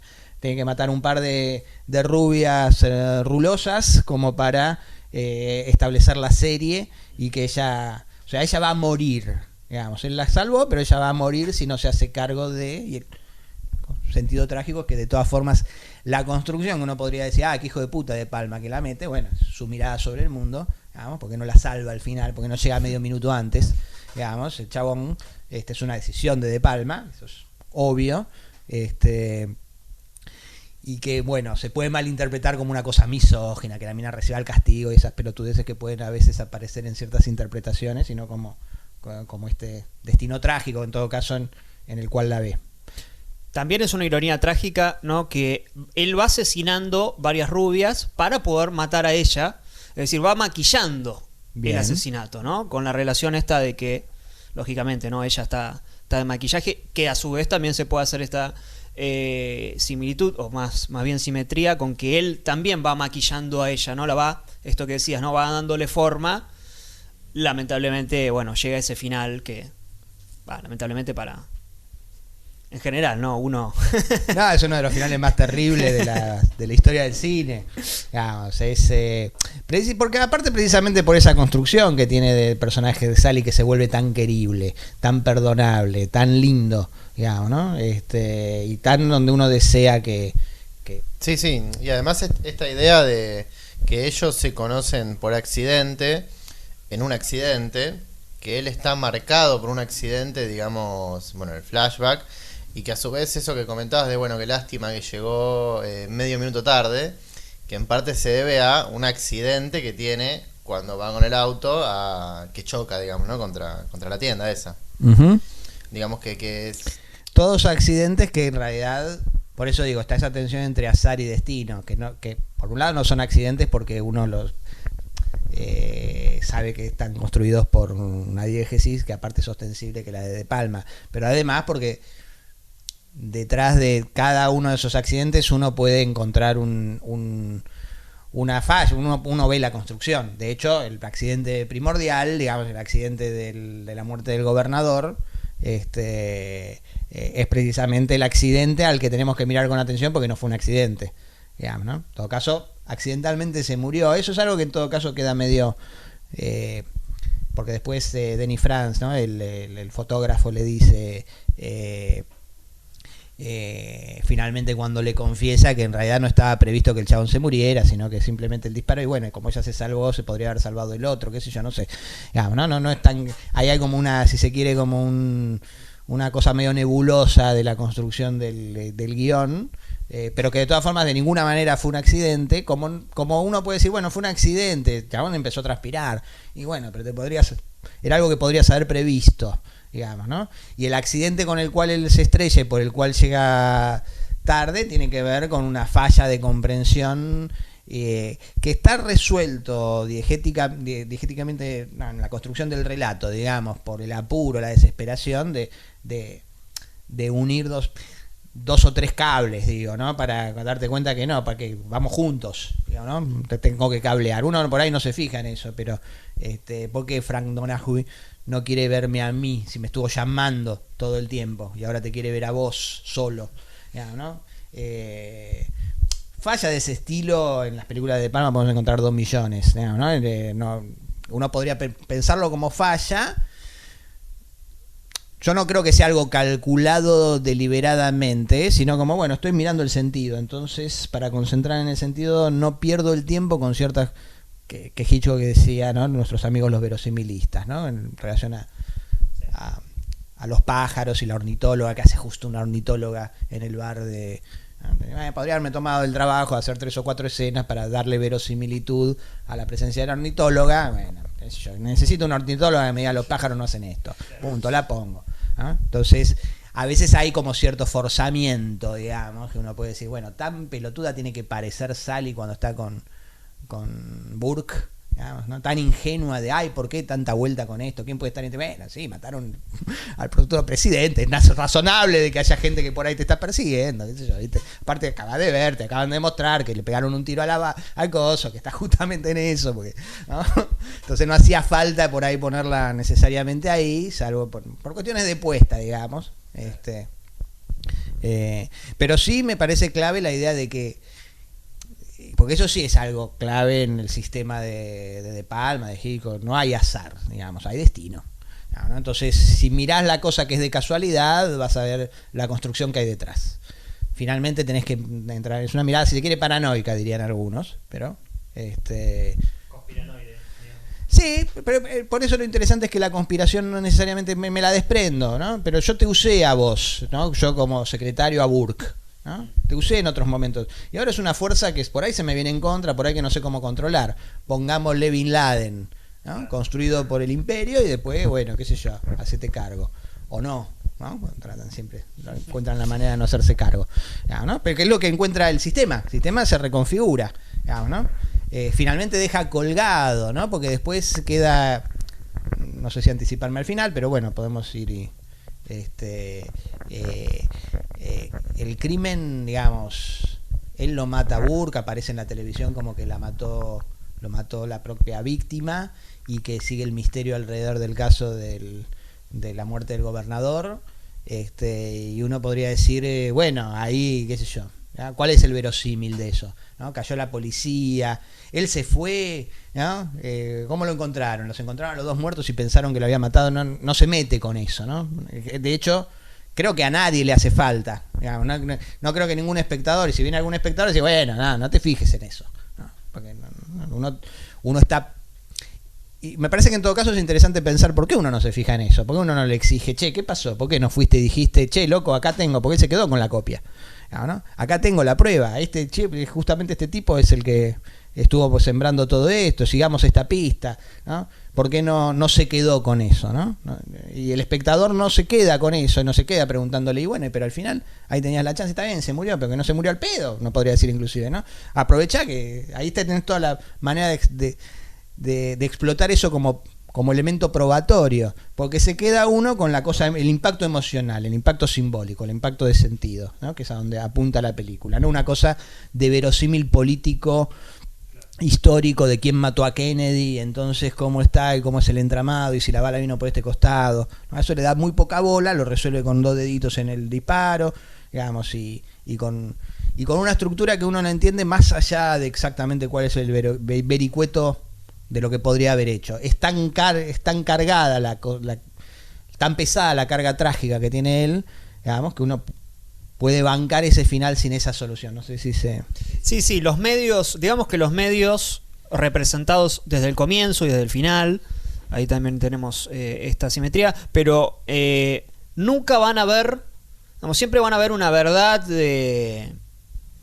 ostensiblemente disfrazada, digamos. Uno nunca va a saber del todo si saben la verdad y la están disfrazando o si directamente no la saben. Pero me hace acordar un poco al final que iba a tener Vértigo con la radio y con Gavin Elster se fue a tal lugar, ¿no? El final ese perdido que supuestamente se filmó. No sé si De Palma habrá sabido. Pero sí se parece más a al psiquiatra de Psicosis, ¿no? Dice, explicándote, pero después vamos a lo verdadero, lo humano, que es la imagen de Norman Bates. Por eso este cierre con Jack, pero bueno, nos estamos adelantando, ¿no? Me parece. Podemos ir a la parte, a la construcción de la imagen en a la isla de montaje, exacto.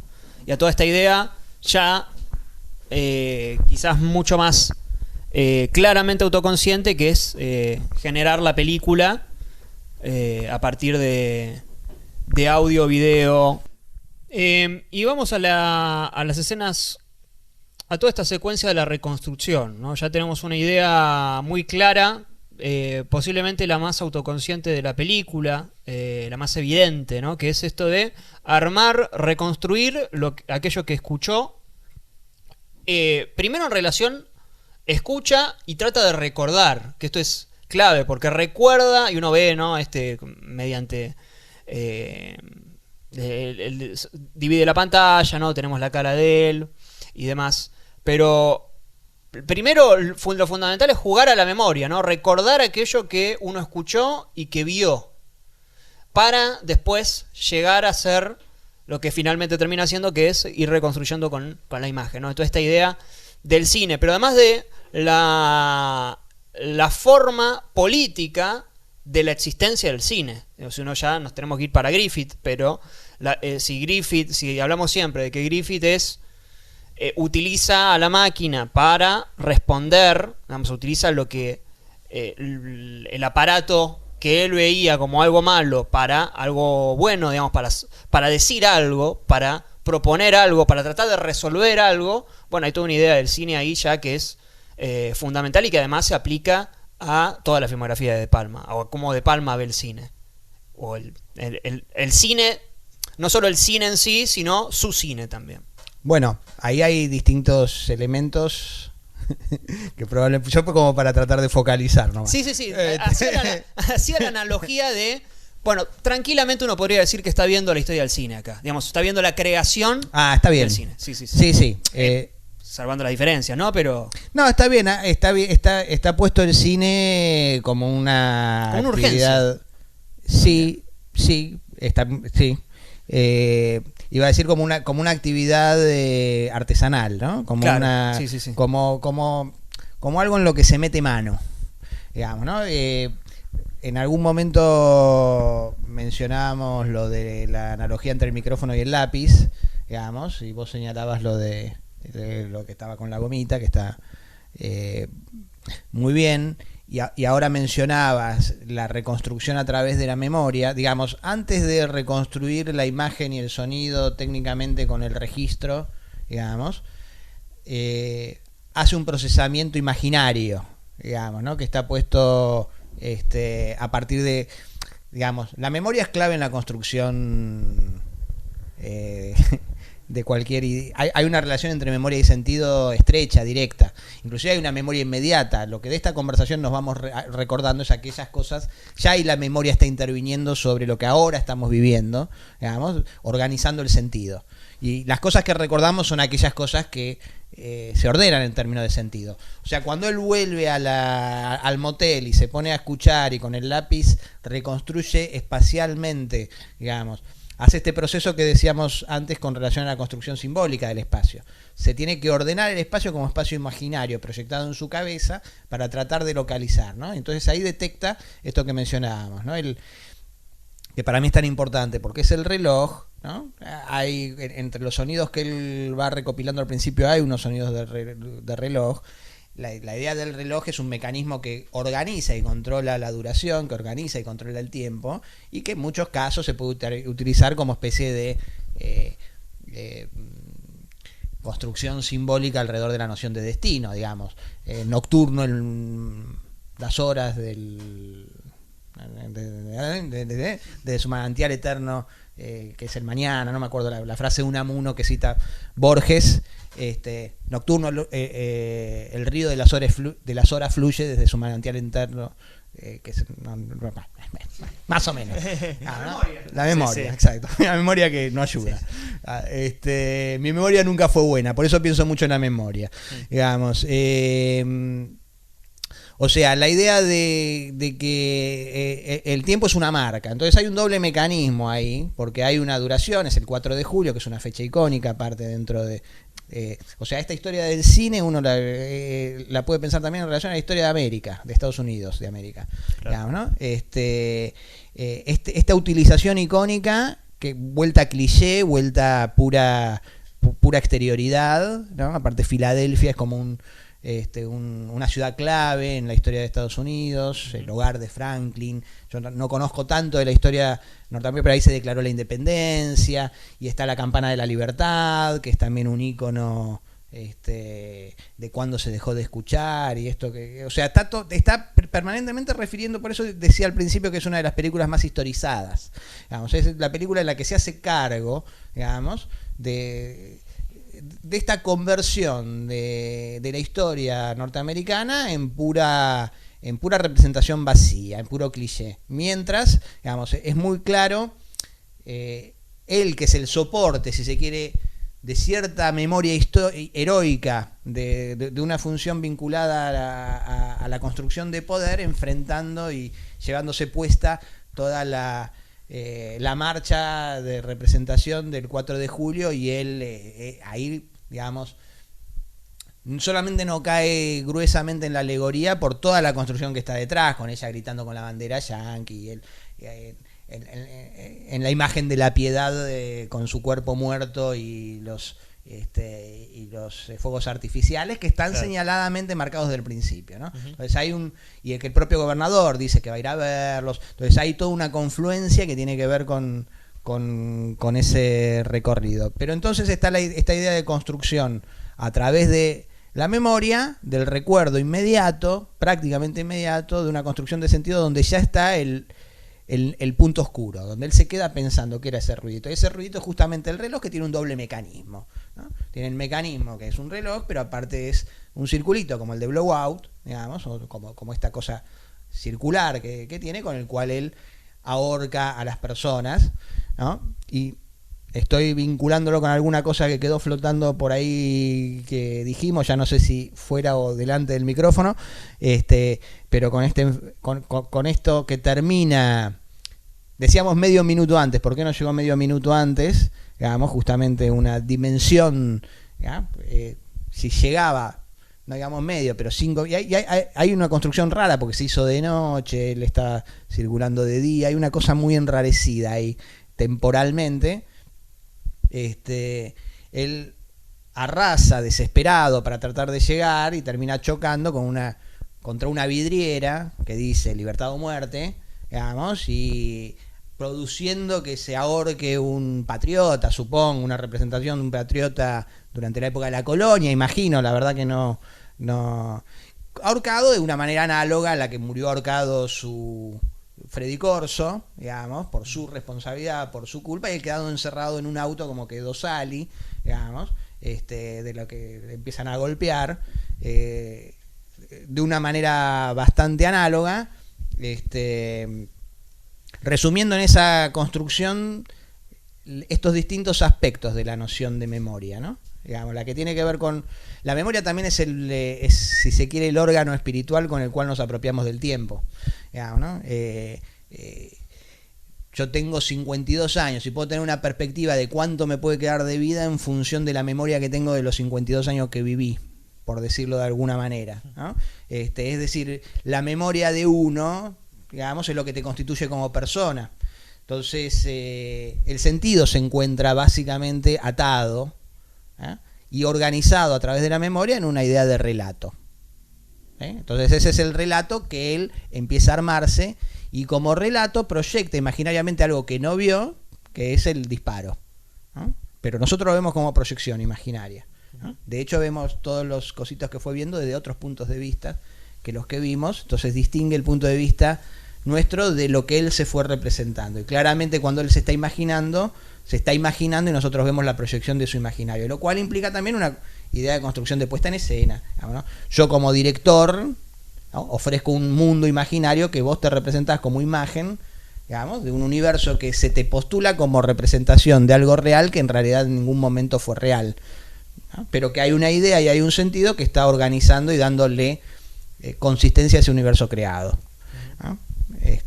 No sé si entre los vericuetos más o menos me hice cargo del planteo, pero... No, sí, una cosa más respecto a esto que decíamos un poco de que ahí Jack Terry ve la historia del cine ahí en la isla de montaje. Como que también teniendo en cuenta que él un poco llega de casualidad, está, bueno, entre comillas de casualidad, está en el puente... hay una cosa que siempre dice Fareta, que a mí me parece muy interesante, que es que el cine no debió haber aparecido, no se debería haber creado, porque el cinematógrafo como invención tendría que haber estado ahí simplemente para casi documentar o perpetuar esa idea liberal de los Lumière y no para tomarla para otra cosa, como hizo Griffith. Y ahora me parece que Jack Terry hace algo similar, ¿no? En el sentido de que, bueno, estuvo ahí por casualidad, pero convierte esa experiencia en mito, digamos, como dice él un poco. Sí, es un procedimiento técnico que le sirve para descubrir la verdad. Ahí podría haber ciertas cuestiones que son engañosas, la verdad del disparo, la verdad que el propio disparo, del cual el propio disparo es una representación. No sé si se entiende lo que digo. A ver, él ¿por qué encuentra el disparo? Porque escuchó el disparo, y escuchó porque sabe oír, porque tiene un oído técnicamente formado, ¿no? Yo, la primera vez que vi la película, anda a decir dónde están los dos, ¿no? Yo escucho, qué sé yo. Claro. Sí, por ahí es una cuestión de mi oído seguramente, ¿no? Después sí aprendí creo escucharlo, los dos disparos, el disparo y el eco, ¿no? Que él dice, no, soy sonidista, puedo reconocer un eco en lugar de un disparo, ¿no? El estallido, ¿no? Hay una idea que él descubre porque quiere ver, en todo caso, y eso sí me parece que es importante, él quiere ver eso, pero lo que quiere ver como disparo, y que lo ve, y que finalmente es real, digamos, no se agotaría en la representación visual de lo que se ve. Digamos, lo que la película nos muestra no es solamente que él pudo detectar, está un poquito en La ventana indiscreta, no sé si se acuerdan, cuando él... cuando Jeff se acuerda de la foto del cantero donde hay dos florcitas que están más cortitas y que entonces como pueden haberse acortado, evidentemente fueron sacadas y vueltas a plantar, ¿no? Me parece que es más gráfico en La ventana indiscreta eso, ¿no? Porque lo que estaba ahí era la cabeza de la señora Torvald, ¿no? No eran las flores. Acá lo que ves es el disparo. Está bien, no lo ves a Burke, no ves, ¿no? Pero ves el disparo. El disparo se ve, está en la imagen, ¿no? Lo importante de todas formas es lo que no está en la imagen, ¿no? La imagen es un soporte visible de algo que no es visible, ¿no? La película te muestra reiteradamente aquello que no es visible, y aquello que no es visible él lo puede ver, digamos, porque padeció lo que padeció y porque técnicamente conoce lo que conoce. Y eso sí me parece fundamental, digo, ¿no? Esta cuestión en todo caso que remontamos a Griffith, digamos, del saber técnico, ¿no? El saber técnico, el trabajo artesanal como una manera, y por eso la analogía para mí, vuelvo una vez más a eso, entre el micrófono y el lápiz, ¿no? Uno dice la cámara estiló, que fue, digamos, uno de los leitmotiv de la Nouvelle Vague, bueno, el micrófono pensil, no sé cómo sería, sí. ¿No? Él escribe, el sonidista escribe con los sonidos, escribe con el micrófono, ¿no? Él dibuja, ¿no? Él se dibuja el recorrido, y uno podría decir es un útil de escritura, está muy bien lo del la gomita, pero es un útil de escritura, que uno ve como un lápiz en lugar del micrófono, ¿no? Entonces él está dibujándose eso. Pero eso también porque tiene un saber técnico, ¿no? Muchas veces uno puede encontrar como una especie de menosprecio al conocimiento técnico, ¿no? Que en el cine parece que es fundamental el no tener ese menosprecio, ¿no? Que el saber técnico, digo, Cameron inventó 2 cámaras para hacer Avatar, ¿no? Inventó 2 cámaras, ¿no? Entonces inventó un útil, está bien, ¿no? Consiguió los ingenieros, le pagó a los ingenieros para que digan, che, tengo esta idea, ponela en práctica. No digo que él se puso a diseñar el software que controla, supongo que no tengo idea, pero sí tuvo una idea de diseño de 2 cámaras para decir, bueno, yo necesito esto y si hacemos esto, y puso, ¿no? Tiene los recursos, consiguió los recursos suficientes, digamos, como para obtener eso. Es decir, Jack tiene los recursos suficientes como para poder operar sobre las imágenes y los sonidos para permitir que esas imágenes y sonidos descifren una verdad que está escondida aún dentro de esas imágenes y sonidos, ¿no? Y eso en todo caso es clave, y la función de la memoria es clave ahí, ¿no? La memoria como manera de organizar inclusive un relato, ¿no? Porque esto hablamos del maquillaje, de que es la forma, ¿no? y de que si el periodista busca la verdad o no. En realidad, toda perspectiva sobre el mundo implica un relato, digamos. De hecho, cuando ella le dice, todos los rostros necesitan maquillaje, ¿no? Digamos, no hay manera de ver la realidad tal cual es, bueno, no ser la santidad o bueno, ella le dice Nirvana. Ella le dice que siempre lo óptimo es maquillar a las personas para que queden como si no estuvieran maquilladas, digamos. Sí, claro. Bueno, estuve trabajando 2 horas en esta cara, bla, bla, ¿no? Pero que también solo en ocasiones especiales, ¿no? Hace la versión con maquillaje, ¿no? O sea, lo que me parece que es importante que la película propone que uno se haga cargo de los relatos que circulan, digamos. Son siempre relatos, siempre va a haber maquillaje, digamos, ¿no? No hay manera de no construir un relato que no sea una perspectiva sesgada, siempre hay un sesgo, digamos, es indefectible que haya un sesgo. Yo no te puedo decir la verdad en palabras, digamos, no hay manera de decir una verdad en palabras. En todo caso hay maneras de organizar ciertos recorridos que hagan que tu espíritu se oriente de una determinada manera y que, qué sé yo, digamos, después estés ante una cosa donde siempre inclusive le va a estar faltando, y sí, pero hay algo más, y sí, pero hay algo más, ¿no? Y eso en cualquier relato. Hay relatos que están organizados para encubrir, ¿no? En todo caso son siempre la organización de fuerzas y postulados de maneras de entender el mundo, ¿no? Entonces, ¿es verdadero el sentido trágico del mundo? Y bueno, sí, creo que sí, digamos, ¿no? ¿De qué manera lo creo? ¿De qué manera De Palma con Blowout me hace comprender esto, ¿no? Por ejemplo, señalándome, es más importante que veas o que participes de la idea del grito que hay en el grito desgarrado, el grito verdadero, que queda inclusive en esa película pedorra, digamos, como un grito verdadero, pero que el director mismo reconoce. Eso es un grito, ¿no? O sea, cuando hay una verdad uno la reconoce. Cuando está bien, es secreta para él y para el espectador que vio la película, ¿no? Solamente nosotros y Jack compartimos ese secreto terrible, trágico, donde está esa condición trágica de la cual, aparte, el hecho de que la comprendas no te exime de transitarla.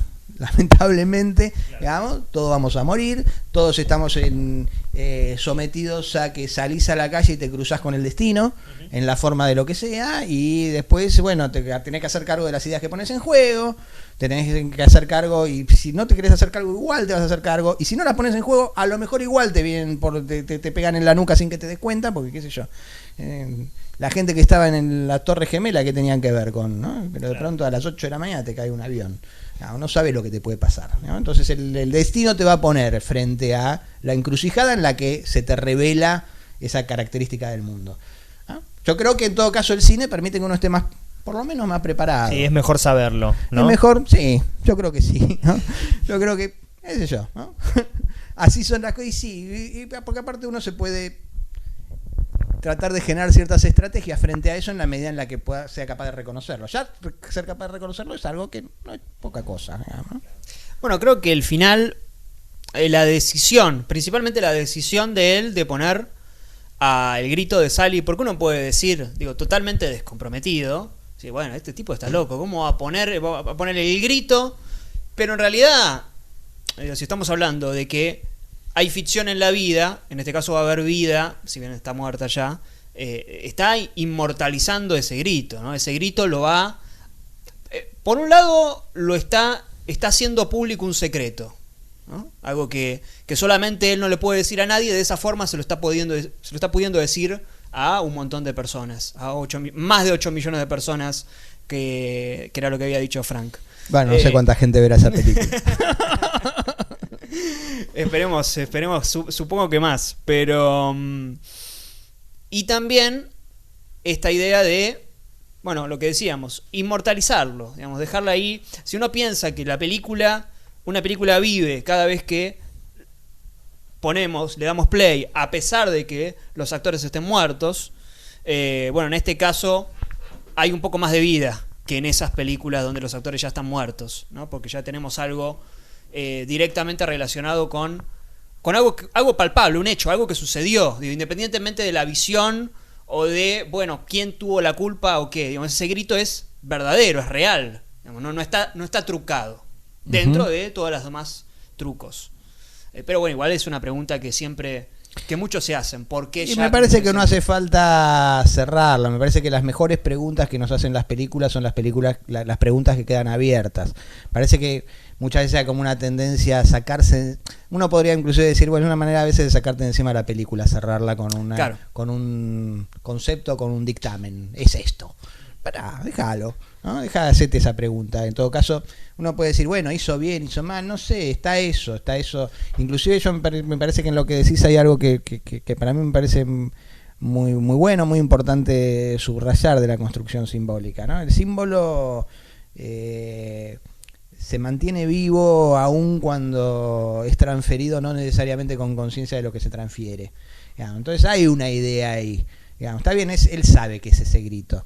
Pero ya el director se dio cuenta que no tenía nada que ver con los otros gritos, que ese era un grito de verdad. Ahí hay un momento de verdad en esa película. Y por supuesto que él no lo puede escuchar, él no lo resiste, él queda pegado a eso, digamos.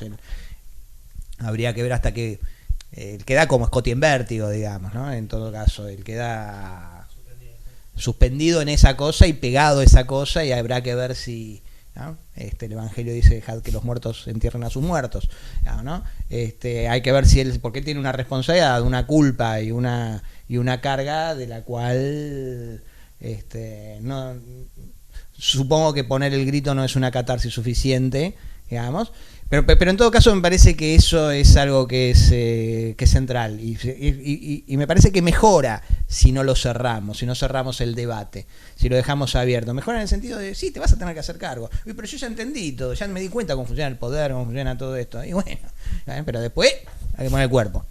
Y lo vas a poner, te guste o no te guste, por ahí tenés suerte y vivís viejito y te morís. Yo por ahí no, por ahí te cruzás con un asesinato y tenés que hacer algo, por ahí terminás siendo la víctima. Yo prefiero ser la víctima que el victimario, ¿no? Pero bueno, eso tiene que ver en todo caso. Me parece que los grandes símbolos de la construcción del cine tienen que ver con eso. Con eso no me lo puedo sacar. No me puedo sacar ese grito de encima, ¿no? Como Jack, no te podés sacar ese grito, porque en ese grito hay una verdad que se transfiere, que en todo caso se transmite como grito y no como concepto.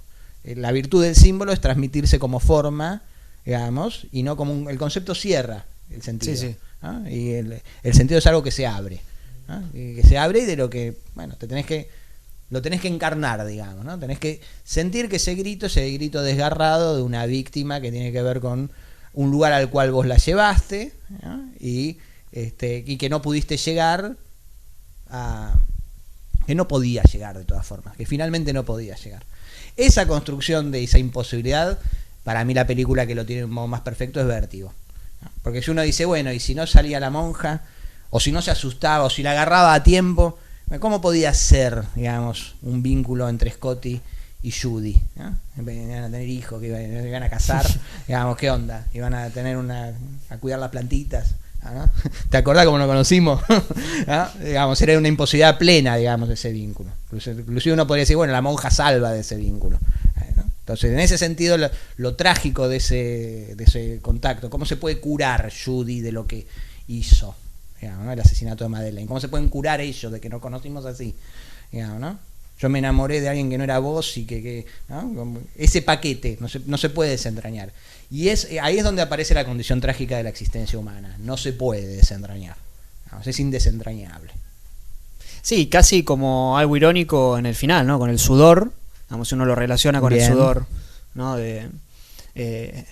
Y bueno, y el cigarrillo y demás. Pero hay como un error, ahora lo podemos extender más a la visión o a la lectura de las películas en general, ¿no? Ya hablando más de público quizás, y no tanto de la película en sí. Pero, por ejemplo, en relación a este final, he leído discusiones, he escuchado discusiones en relación a que, bueno, no tiene mucho sentido que Jack meta el grito, independientemente de lo que ya mencionamos.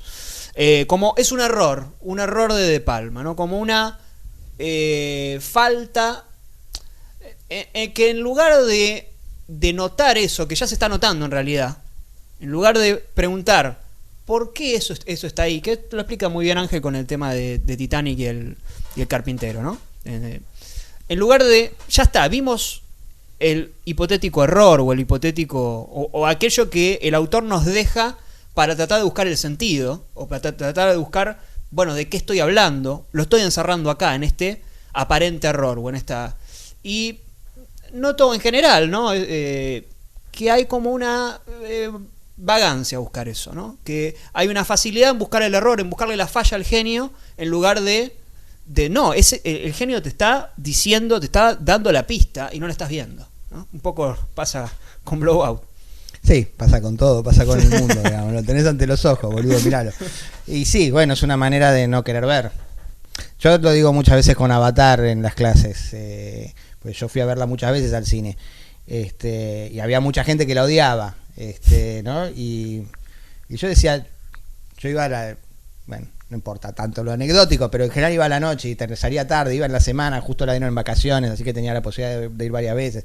Y me acuerdo de gente saliendo enojadísima, era 1:30 de la mañana, un miércoles, ponele, es una película de mierda, ¿eh? Con una energía. Yo decía, flaco, andá a verte al Bafisi, algún bodrio de 4 horas húngaro, de que yo, uy, qué película genial, ¿no? Saliste con una pila, con una carga, con una energía, ¿no? Y después, ¿por qué salís y la odias? Y decís, ay, no, es malísima, es una película yankee, la vi 2 millones de veces, y la malinterpretan. Uno podría decir que es gruesamente antiimperialista la película, digamos, podría decir, es gruesamente, hasta podrías criticarle, che, hacía falta ser tan grueso, ¿eh? Me mandó Jack abre el libro y dice, creamos un conflicto, nos interesa un recurso, creamos un conflicto para poder invadir un país, digamos, un país no, un planeta, en este caso, digamos, y tira el libro, más gruesamente no puede ser antiimperialista, digamos, es un chabón que se convierte en el indio, digamos, y se le podría eventualmente criticar eso. Ahora, decir que es una película imperialista porque la hace un americano. Porque la hace un americano es no querer hacerte cargo, porque está bien, uno puede decir, ¿no? Yo digo mucho, bueno, cuando el auto se hunde en Psicosis y vos querés que te sobresaltás cuando ves que no se hunde y querés que se hunda, porque está haciendo Norman Bates y te tenés que hacer cargo de tu identificación con Norman Bates, ¿no? Pero es tan difícil, o quizás más difícil, hacerte cargo de tu identificación con Jake Sully. Sí. Scully es el de doble White Double, sí. Porque tenés que salir a salvar el mundo. Entonces, si descubrís el Norman Bates que tenés adentro, decís, bueno, no, es Norman Bates, la película, se me ponen los pelos de punta, bla, qué miedo, mirá, podría hacer eso si no lo viera. Ok, gracias, Alfred, por curarme, digamos, pero bueno, Cameron te tira el paquete, flaco, hacete cargo y anda a salvar el mundo. Digamos, ese es lo que está tirando. Si te identificás si asumís ese Jake Sully con el que salen con la energía diciendo, ¡ay, qué mierda esa película! Tenés un Jake Sully adentro, no está todo perdido. Digamos, ¿no? Eso que Heidegger llama temple de ánimo, ¿no? Como elemento central de sentido. Aparte lo plantea como el elemento que te ordena para pensar sobre ciertas cosas, puntualmente la filosofía, ¿no? Es decir, que aquello, Heidegger plantea que el conocimiento es siempre afectivo. O sea, que no hay una distinción y una separación entre lo que te afecta, entre lo emocional y lo racional, que esa separación es una falsedad, ¿no? Entonces, esa separación que se hace cuando decís, le estoy buscando la falla a la película, en lugar de dejarme llevar por la emoción y por el sentido. En todo caso, eso plantea una distinción, ¿no? ¿Qué importa, digamos, ¿no? Lo que decíamos de Hitchcock y los verosimilistas. Bueno, te podría haber planteado la necesidad, la cosa, la perversión, si se quiere, del chabón en poner eso. Lo concreto, yo la vi con mi hijo de 15 años, ahora, que no la habíamos visto, y en cuanto grita, sale y dice, ahí tiene el grito. Así que bueno, ya está, ya con eso te podés quedar, digo, ¿no? Y la verdad me sorprendió porque yo no sé cómo lo vi, pero él estaba viendo la película y está el grito. Ese es un buen grito, dijo. Ya está, digamos. Y tiene eso, digamos, probablemente no te guste la película, pero la tenés adentro. Quedó feo, pero bueno, es así. A eso podemos consolarnos con eso. Con aquel que diga, no, pero es una boludez, no, ese grito, ¿cómo va a poner ese grito? Bueno, lo tenés adentro, digamos, ¿no? Mentalmente, no se lo digamos. Queda entre nosotros. Vamos cerrando. Te agradecemos infinitamente, Adrián, por haber estado acá. Te esperamos en algún episodio cercano.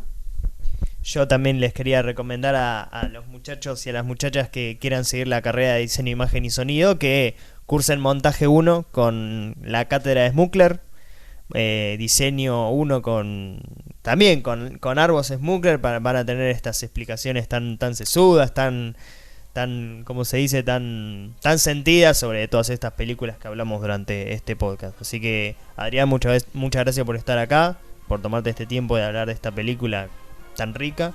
Y bueno, te esperamos para un próximo episodio cuando vos quieras y de la película que vos quieras. Bueno, está bien, sí, la pasé muy bien. Muchas gracias a ustedes por invitarme. Así que bueno, estaremos bien.